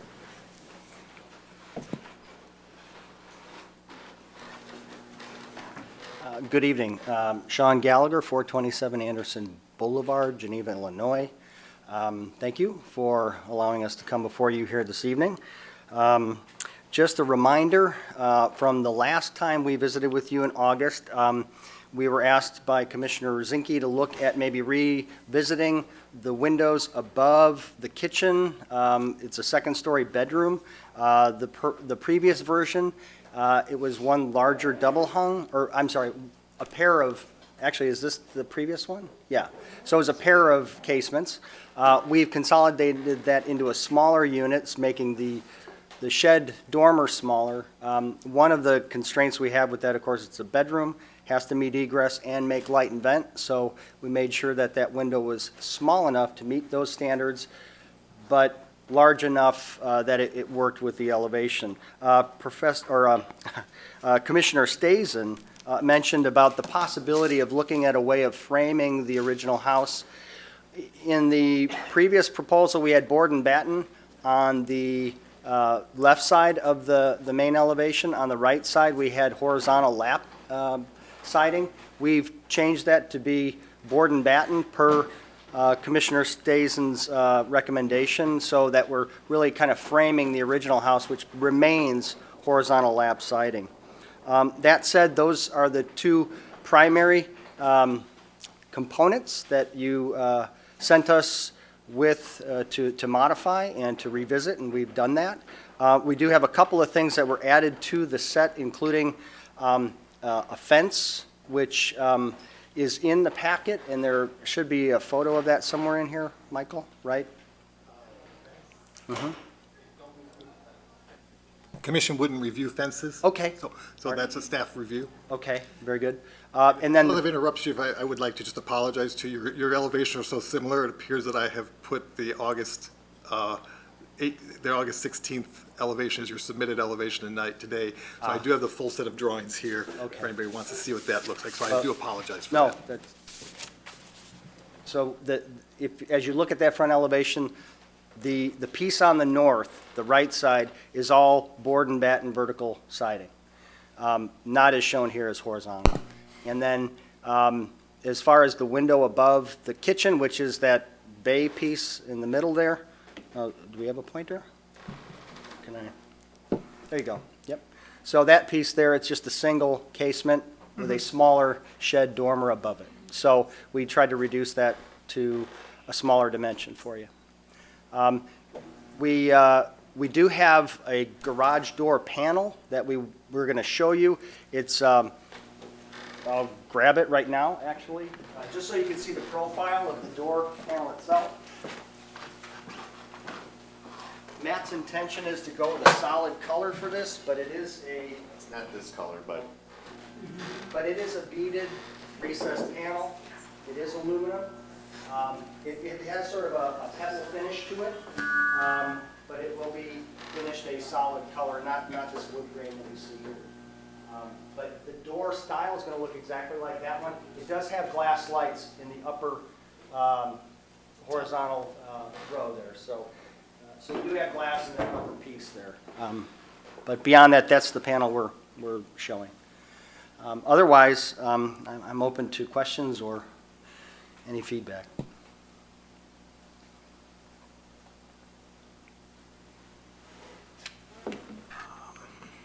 Chairman Zelmer? Yes. In your packet, the correct front elevation was included. So if Yes. you want to refer to that, it is in your packet available on your screens. So I do again apologize. I have they're so close. I made that error. I apologize. That's still a pretty good-sized window above the kitchen windows, right? I mean, it's for light, is it light Light and and vent? vent, yeah. And egress, And right? egress. Yeah. Egress, yeah. Yeah, I don't, yeah. And it is a casement, right? Yes, sir. Yep. And then the one above the garage is also an egress window? Correct. Yeah, because we That's have why- we have on the south side, it's all awning units. Okay. Again, with double hungs, well, double hungs, it's harder to meet. You get egress. very wide. And I didn't want to do a mock check rail because I know that's frowned upon. Correct. Is there any, you don't have any 3D versions of this at all? Okay. Okay. Lisa, do you have a comment? Yeah, I must not have been in attendance when this was reviewed the first time.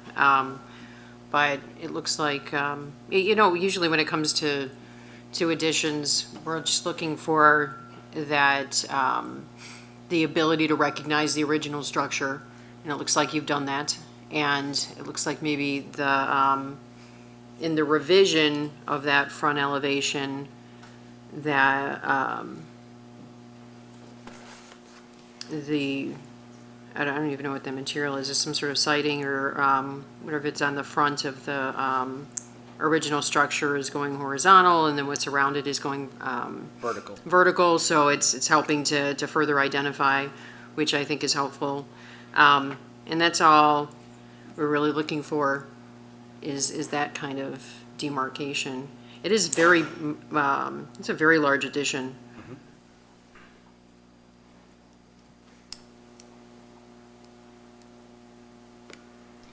Interestingly enough, this site allows a structure that's 35 feet. The ridge of this is 22'7". So, and we match the ridge height with the piece over the garage, and then we step down as the link between the original house and the addition above the garage. As mentioned, the footprint of the garage and the piece that spans from the garage to the original house is essentially the same on site. All we're doing is a second floor above it. So in terms of the mass, we're just simply adding above that sort of existing footprint. Carolyn, do you have any comments? Yes, I do. Mr. Gallagher, looking at the north elevation, I am concerned that the additions, both on the left and the right, what I'm trying to say is the original house sticks out in front of the two elevations. Mm-hmm.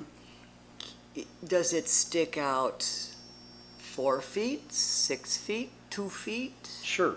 I can actually give that to you, as I'm sure Michael could in the drawings. But so As it stands, the north addition is 6 foot 4 inches back. Okay. Okay. And then the addition to the south ends up being, it depends on where you take it, it's about 5.5 feet at the kitchen piece. And then the garage steps forward about a foot from there. I see.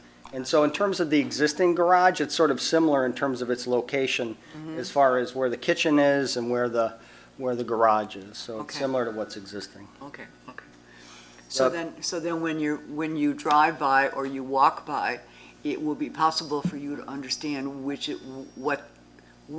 portion is the original house. Correct. In fact, the window that's in that kind of front room, which has been converted to a dining room, that's not changing, that's staying in place. So that's an existing window that's staying in place. Okay. So, yeah. Thank you.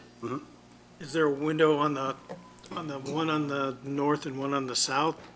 Are they mirrored of each other? Yeah, so they're directly axially Yeah, on line with each other. So Yeah. when you're looking through one, you're looking through the other.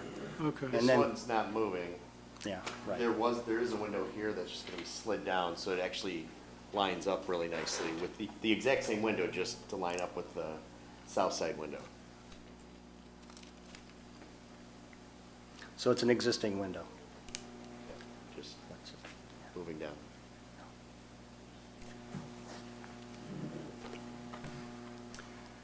And the front piece, the little kind of entry foyer, we're about 5.5 feet out on that. We started out much bigger. With consult with Michael, we pared that down to as small as we could because the way the house is oriented right now, you walk right into a closet, and we don't have but maybe 4 feet of space between the existing entry door and the closet itself. So by giving ourselves a little bit of breathing room there, we're able to at least have a kind of a small foyer or entry element.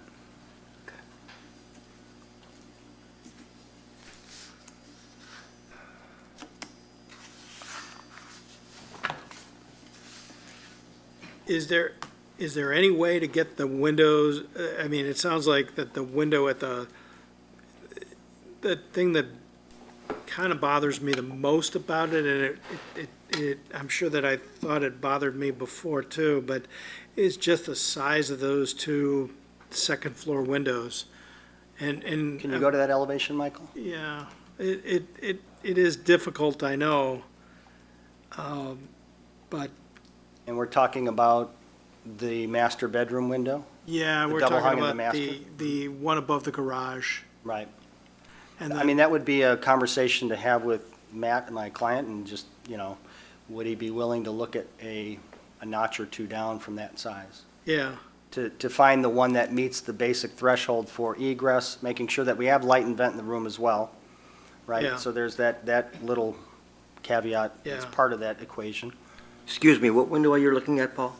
I'm looking at the one right over the garage. Okay, got it, okay. Well, right over the, well, actually, both the disconnect, the discontinuity. Above the kitchen window and above the garage door? Yeah, but Okay. I know that both of those are, If you let me put a mock check rail in, I'd be happy to do that. Can you explain what that means? Sure. What we do with casement windows sometimes is, in order to look like a double hung, we'll actually put a meaty muntin Oh, in that space where the check rail is the bar that you kind of lift the sash up and down. So the only issue there, right, is that it does kind of flatten, right, because it is a casement window, so it's just a kind of a meaty bar that runs across there. If I may jump in again, why Sean's saying, if you'll permit it, he's done several tax assessment freeze programs, and the State Historic Preservation Agency, or office, does not allow mock double hungs on a front facade. on They the will front allow it on a side facade, but not on a front facade. So that is, again, the interpretation of the SOI standard on the windows. That's why he's saying if we would allow it, because it does really go against what the interpretation of the standards have been by the state office. Is it possible for the window that is above the garage door, if it did not have, if it didn't have shutters on each side, it might make that window look smaller? It certainly would, it would make it look smaller. I mean, the mass of it is increased by, 1.5 by by having those. But again, I mean, I'm not even sure shutters are in our purview, are they? Shutters do not require a permit, however, the entire concept is being requested. So again, certainly look at the elements and how they Yeah. go together is within your purview. But if they were just coming in to do a shutter installation, you would not be seeing that. Right. Okay. And the only reason I said that is because I felt that there was some concern from the commission about the size of that window and the window to its right. That was why I said that. Which, again, the window to its right is smaller than what's on this Yes, photo. yes. So, In our packets, we have it, Yeah, yes. yeah.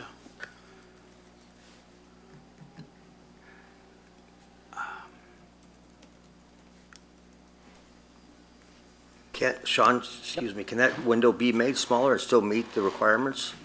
off the top of my head, I don't have an answer Is it for you, Don. close? I'd have to go back in and Okay. check the light and vent on it. Yeah, right, I'm just curious, thank you. But if that was the, the wish of the commission, we would certainly investigate that to see what we could get by with. But the one thing that we do have going for us is that garage is directly on line with a suite view right between two houses. So from the master bed, that looks directly to the river, so. Oh, which is my, really- that's lovely. Sean, just a question for you, building on there are questions here. Is there any possibility of putting the egress window on the south side? I don't know if that's possible or not with the roof line. Meeting egress and making the window smaller or different configuration, if that's a concern that. Right, so as looking at that south side, right now, we've got a roof line that we'd have to cut into in order to do that. Yes? However, that's also visible from the street, so that could be an eyesore. If it cuts into that roof line, I don't If it cuts into the know. eyesore, then it's gonna look really funny also. But we could look at it. And Yeah, the only reason I asked it, again, looking at the state's office interpretation of SOI standards, usually egress windows in older houses are bigger than Yeah. historic windows on the front facade, and so they often will see if the egress can be put to a side elevation. That's the only reason I'm suggesting, hearing these comments, that is an approach the state would request potentially. Sure. That's you have awnings all the way across the south side there? Yeah, Correct, yeah, we're carrying that roof line all the way from front Yeah. to back. Yeah, just trying to break the mass up, if you will. yeah, yeah. Well, wow. I think, I know that I believe the fact that it's such a massive addition, I think anything we could do on the front to make it less, to make it fit better with that would be good. And the windows that are within the existing house with the dormers are quite small Right, and would never meet egress, I know that, but. right, that's one of the things we had to do is meet egress out the rear in that bedroom that's at the north side in order to do that. So Mhm. we had the luxury of being able to do that in the backside, but. Sure.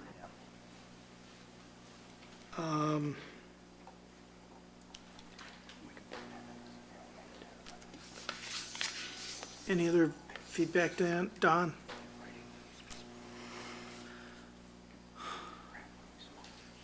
No. George, anything to say? I mean, I do like the balance you have with the, the vertical versus horizontal. It just to reiterate what's said earlier, does give the existing structure, lets it be seen by itself. Frames it. And it's set back and, Right. No, I don't really have any questions. So in crafting a motion, what's the feeling on the commission about having them try to minimize those windows? I guess that would be the only question, right? Well, I think the one window over the kitchen is about as minimal as you're gonna get for egress reasons. So that one over the middle there, the one over the garage,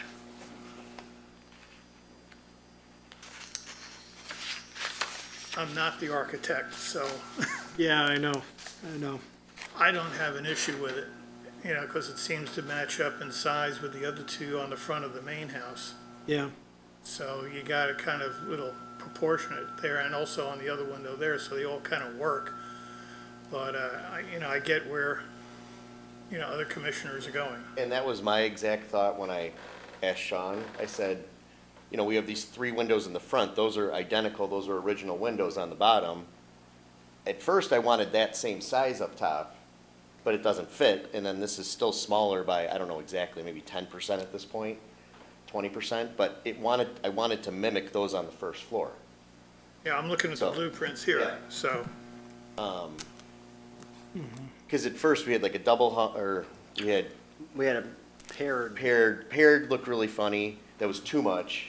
yeah. And it didn't match the other windows. And then we're like, well, let's match the other 3, bigger windows. However, it is still smaller. I don't know the exact amount, but that was the intention, to match that.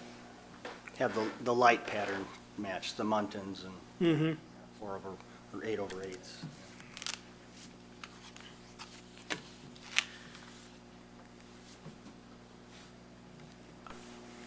I feel like I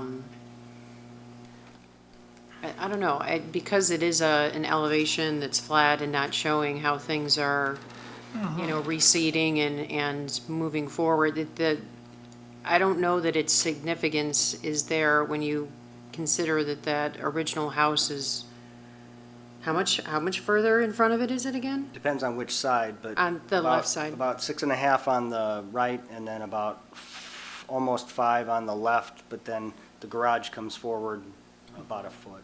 Right. But again, it's in a similar location as what is currently there on that south elevation at least. Right. The north elevation is all new. Yeah, I feel like they're not on the same plane. Correct. I don't know that I have an issue with that window. yeah, that's where a 3D version of this would be great to see, to kind of give it a little more. Do you have 3-dimensional capabilities? Just one hand clapping. It's just me in the office. Okay. Hire some of those grad students. Yeah. I might be able to loan you somebody. Yeah, get them on Revit, right? Well, and I can tell from the south elevation kind of how Yeah, they stack right. up.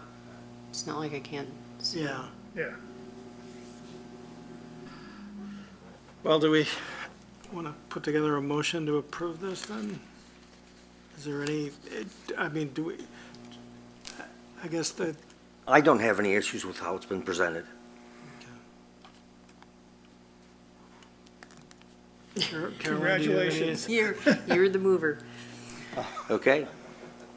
I would recommend that the submittal proposal for additions and renovations at 414 South River Lane be approved as submitted. I'll second. Can you call the roll?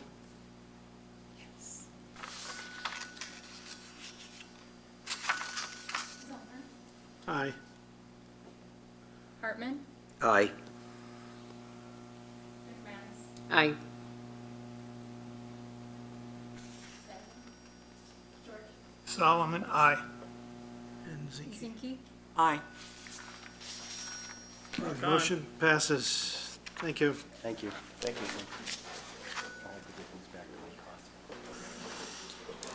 Okay. Our next application is 317 West State Street, case number 2023-01. Michael? Or, actually, not Michael. Thank you, Commissioner. All right, so we're looking at 317 West State Street. So this is for the, we're looking for approval for the installation of a new storefront system at a significant property. The property is located just down State Street. It is in the North Geneva Historic District as listed in the National Register of Historic Places.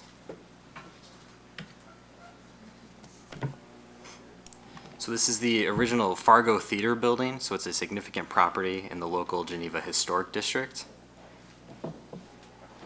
Let's see here. So it was originally constructed in 1924. And we can also compare it to another building down State Street, the 214-220 block on West State. Kind of a sister building. You can kind of see they are identical. The one at 214-220 West State, that was constructed back in 1914, so 10 years prior to the building that we are looking at.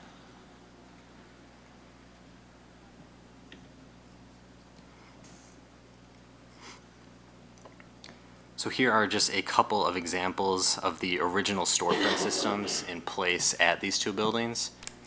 So the three pictures up on the screen here are going to be at the 214-220 West State Street.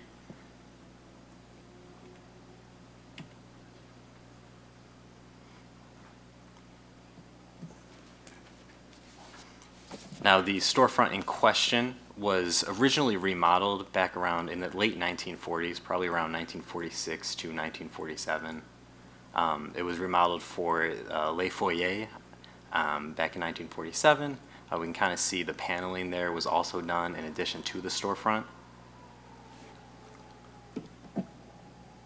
And then on the right here, we kind of compare it. So Michael and I went out there to the site and we took a couple pictures there just to kind of show you guys what's going on with the storefront systems. The top picture here on the left is the storefront in question, and then on the right is going to be the easternmost storefront. Most likely the easternmost storefront system is original to the building, so you can kind of compare those two. You can see how the subject site differs from what would probably be original to the building.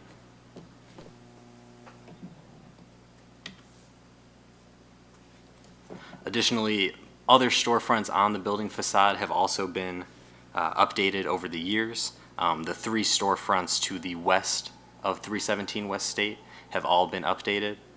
Here's just a couple of examples of kind of what those look like.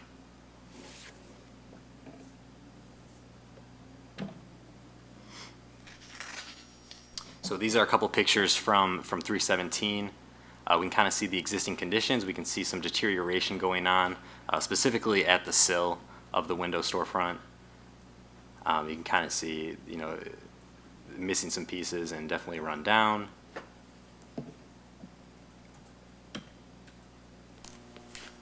And then we also were able to kind of go inside and see what the inside looked like. Michael pointed out that there is what appears to be an original window stiffener, and that can be seen, I believe, on the far right image, the two far right images, and then on the far left there is a replacement window stiffener in there.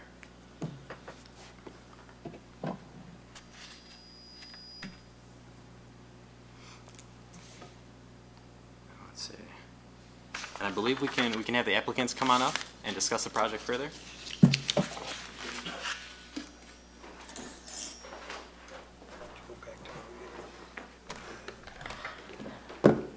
Is this on? Hello, good evening. Hi, my name's Nicole Ferguson. I am a owner of Ferguson Glass out of South Elgin. And this is my brother Tim. He is a lead installer for our company in case you have any questions about the metal or glass that I can't answer. I just want to thank you for letting us propose our replacement of the historic system that they have at Osteria Bigelow. And I am presenting on behalf of Murray Properties Incorporated, who is the owner of the property, and Anthony Gargano, who is the tenant, who I believe leases the unit or the building. So our proposal is to replace the existing historic storefront in order to have a more heat-controlled system. Currently, it is a restaurant with quarter-inch glass and I believe a wood system that does not hold heat well. Customers complain. Replacing the metal and the glass will not only lend a hand to get the heat and the climate of the space under control, but it will also freshen up the exterior look, which other locations surrounding have already done so. I believe 3 out of 5 storefronts already have been changed to a dark bronze metal or black. We will be installing a product from Pitco Architectural Metals out of Elk Grove Village. The product is called the TMS 114T system. It is a 2-inch by 4.5 thermally broken center set metal and dark bronze. And then there will be 3 pieces of Low-E glass, 1-inch Low-E glass, that will be done. The door in question at that location will not be changed to keep some of the historic look. It also is a pretty thick wood door, so keeps the heat at that centralized location in there. If you do not know, Low-E glass, a 1-inch unit has 4 surfaces. The Low-E glass on surface number 2, if installed here, is a coating that helps reflect heat to the outside, reducing solar gain during the warmer months. So even if we did the proposed replacement in the next couple of months, and it's not, so cold in the next couple of months, it will still take those warmer months and reduce cooling costs because of the Low-E glass. In the colder months, the Low-E is done on surface number 3 of the glass. So it's 1/4 inch by 1/2 inch spacer by 1/4 inch clear tempered glass, Low-E. And in the colder months, they reflect infrared heat back into the interior space that helps reduce heat loss during the cold months and thereby reduces heat costs. As somebody who visits the restaurant and eats there, I just think ambiance is important, and enjoying your time in a restaurant is important also, and probably would help people come into the space more. The TMS 114 is a 2-inch by 4.5 center plane flush glazing system that allows for 1-inch glazing, so it allows for that glass. They have it in non-thermal and thermally broken systems. We are proposing to do the thermally broken system, which offers excellent thermal capability, and it is location accepts standard steel reinforcing frame for taller frames, because this one is, I believe, 86-inch tall, maybe. Yeah. The versatile framing system is available with custom colors. Dark bronze is the color in choice by the tenant and the property owner. The system is designed for exterior glazing or interior glazing, and there will be the vinyl installed as well. It designs for flexibility, including 100-degree corner sections. So as you can see, there's 2 pieces of the storefront, and then by the door it goes back on a corner. And it accommodates glazing all the way from an 1/8-inch glass to 1 1/8. Various glazing gaskets. We believe the storefront in question at 317 West State is deteriorating and in disrepair.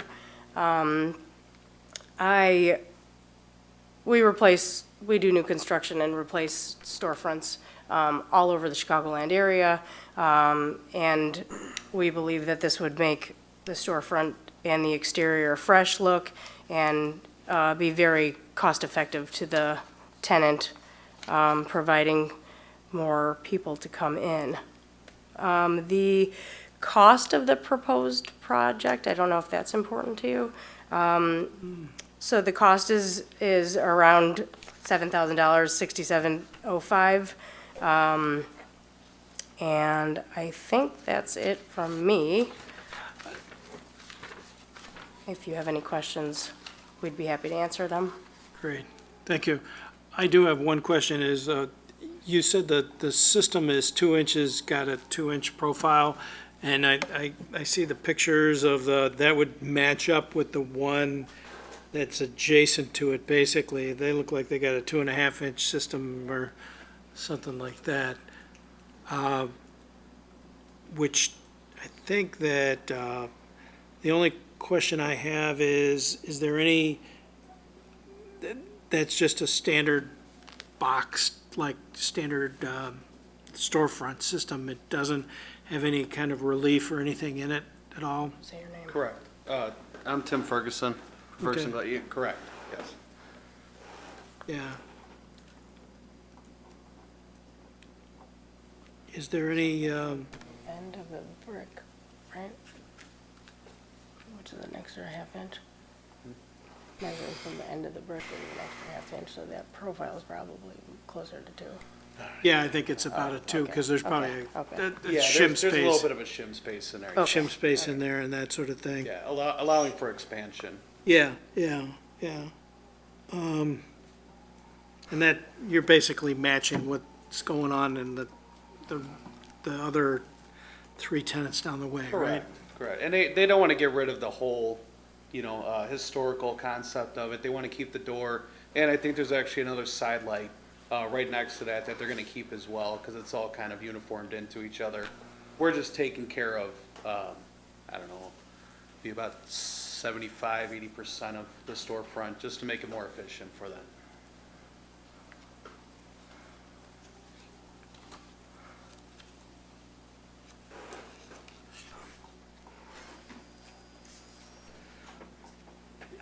The, trying to get to that. So you wouldn't be doing the side light that's to the west of the door? Correct, yeah. Okay. I believe it was all built into the door system itself, so the owner wanted to just keep that how it was. For the commission, if you haven't been out there to look at it, as he was saying, the door and the side light are a unit. And again, as Matt pointed out in the presentation, this is a 1947 remodeling, and they also altered the entire storefront by putting that recessed entry in at that time. And if you look at the pictures close of this one on the lower right, you can see they even replaced the stone bulkhead. So the storefront was redone within the period of significance, but it is definitely an altered storefront from the sidewalk up to the head of the storefront windows.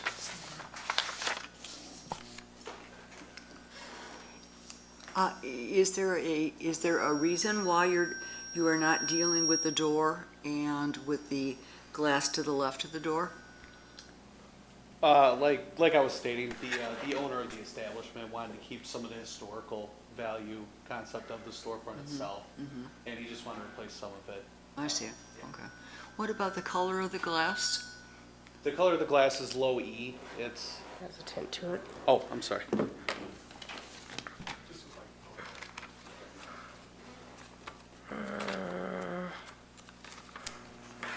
So it's a clear Louis. Clear Louis just has a tint to it. So that the tint is, oh, I see. Oh, that's the color. Yeah. I see, okay. Yeah, it's actually clear if you're looking at it. You can't really tell. The tint, correct. And then the glass to the left, the glass to the left of the door, I guess will harmonize, the two colors will harmonize with one another, in your opinion? Yeah? Okay, thank you.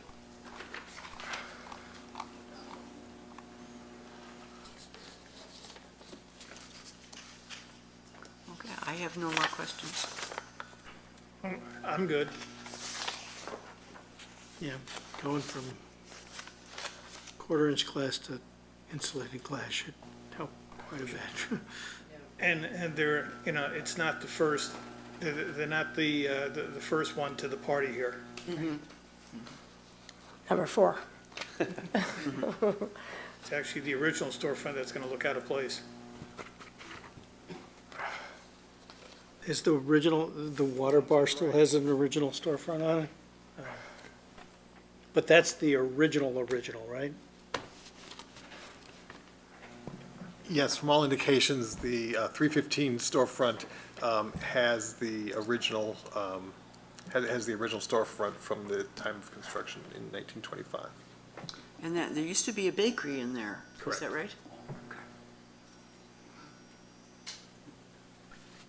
Any comments, Don? No, I have no issues with it. Okay. Sure. Motion. I move to approve the installation of a new storefront system at 317 West State Street as proposed. I second.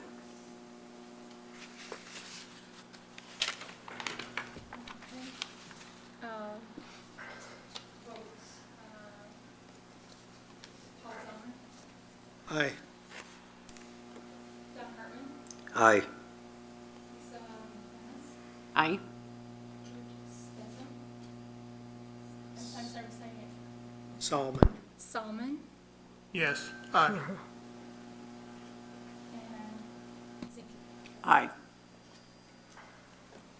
Okay, motion passes. Thank you very much. Thank you. Okay, Thank you for you. staying Waiting so us. late for us. Waiting us out. Thank you for staying so late. Thank you. Okay, thank you for all your help. Okay. We have one more.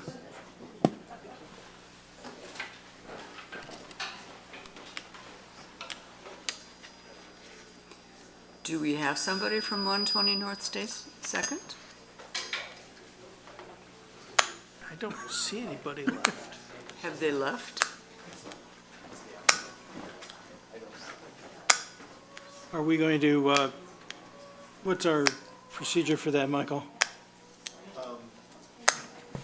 Typically, we do not hear a case without a representative present. I did speak with him this afternoon, and he was going to follow along, I thought, on television and come to the meeting, but he is not here, so it'd be up to the commission's decision if they wanted to deliberate the case without representation, or if you want to postpone this until there is a representative available. Well, I myself think that we need the applicant here. I mean, this is a significant building, and so I believe the applicant should be here. And there's a lot of moving parts in the steel. Say again? Well, There's a lot of moving parts in the steel with different Yes. materials, things of that nature, so. Yes. Yeah, I kind of agree. I think I'm not clear on whether they've given you, did you give you two estimates or one estimate for that? We received an estimate for the asphalt roof on the entire roof, and we received an estimate for resawn wood shingles. Oh, you did receive both? Yes. I didn't see both in there. Is that in our packet? It was referenced as being submitted at the very end of the, it was submitted late. I believe I referenced it on page 5.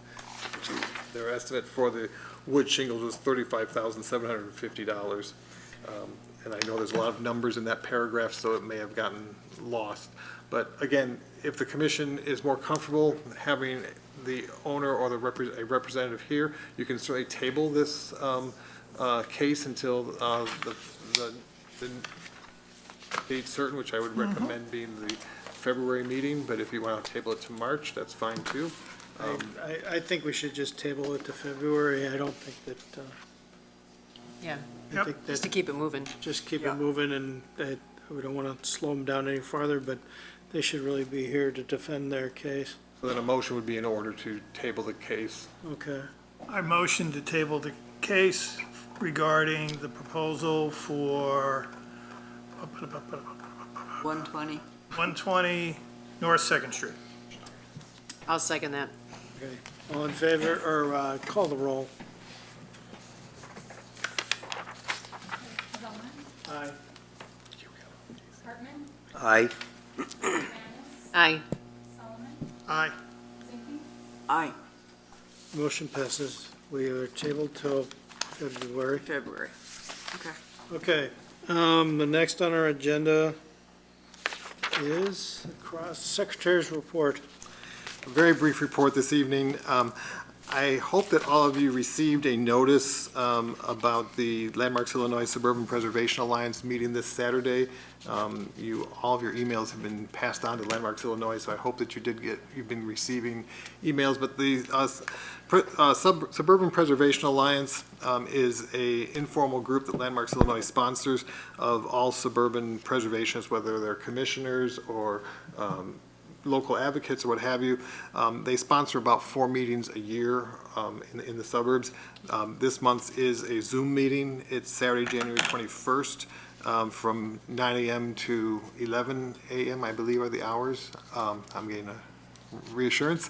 So if any of you are interested and you did not get a notification of it, please email me tomorrow and I will send you the reservation link and you can participate in that. It's very interesting. I think it's a very interesting gathering to see what other communities are doing, where we fit in the whole preservation realm in Illinois, or at least the suburban area. Also, I have been invited and will be participating in at least one of 2 sessions being sponsored by the Illinois State Historic Preservation Office. One upcoming one is a listening session regarding certified local governments. Not a lot of information has been presented about what that is, but as your staff person, I will listen on that session and see what new changes or what new regulations might be coming for certified local governments. And then also the Illinois State Historic Preservation Office is working on a strategic plan for the next decade or so, and they have several meetings around the state. The next 2 meetings are coming up are in central Illinois, one in Bloomington, I forgot the location of the other one, and then there will be a meeting in Chicago. If any of you are interested in participating in that process, it's an open meeting to interested preservationists and commissioners or advocates or what have you to help shape the preservation program in Illinois in the coming years. If you're interested in that, I will gladly send that information on. There's registration process, but there's right now there's 3 more communities that you could sign up and go to. Like I said, Bloomington is one, Chicago is another. I'm sorry, I'm drawing a blank on the 3rd location. But I'm happy to pass it on to anybody who's interested, so just send me an email and say, I'm interested, and I'll get you the information. Outside of that, I have nothing else to add, except that we are staying busy with permits and survey work, and I appreciate that Matt is taking on some of the cases to present to you. Very good. Do you, we're still looking at a survey coming in sometime for us to look at? Yes, it all depends on how much time I have to devote to that through the month with cases and and other responsibilities. But the survey is moving forward, albeit slower than I would like and the rest of the staff would like. I'm sure. Okay. With that, any new business from the commission? I want to know what the hell happened to the 5-minute field report. That's one of the few things I look forward to every month. And to be perfectly honest, I think it's bullshit that we didn't have one. Well, slacking already, huh, Lambert? I do judge whether or not the meeting looks like it's going to be long and keeping you here to a late hour, and so we do discuss that ahead. So I did not slack. I actually had one prepared that you'll just have to wait and hear in February. It keeps me riveted. If that's what keeps you coming, George, I will keep up with riveting subjects. Very good. Thank you. Love you, brother. I just heard my left ear. Perhaps it should be a 10-minute field guide to really enthrall you. Don't push it. Okay, do we have any new business from the public? Our last public here. Just very briefly, I talked to Kendra from Landmarks Illinois briefly before she left. I assume you're asking staff to look for someone to do an analysis for a pro forma of the pro forma. If Michael wishes to reach out to myself or to Kendra, may be able to find somebody that could do it pro bono, or at least they have a list of some people that do this sort of work. So I just wanted to make that aware to you, so we can help you with that. Can I get your name again, sir? Oh, sorry, Al Watts. I'm sorry? Al Watts with Preservation Partners. Thank you. Thank you. Thank you, Al. Okay. With that, can I get a motion to adjourn? Motion. And a second? I'll second. All in favor? Aye. Any opposed? Motion passes. We're adjourned.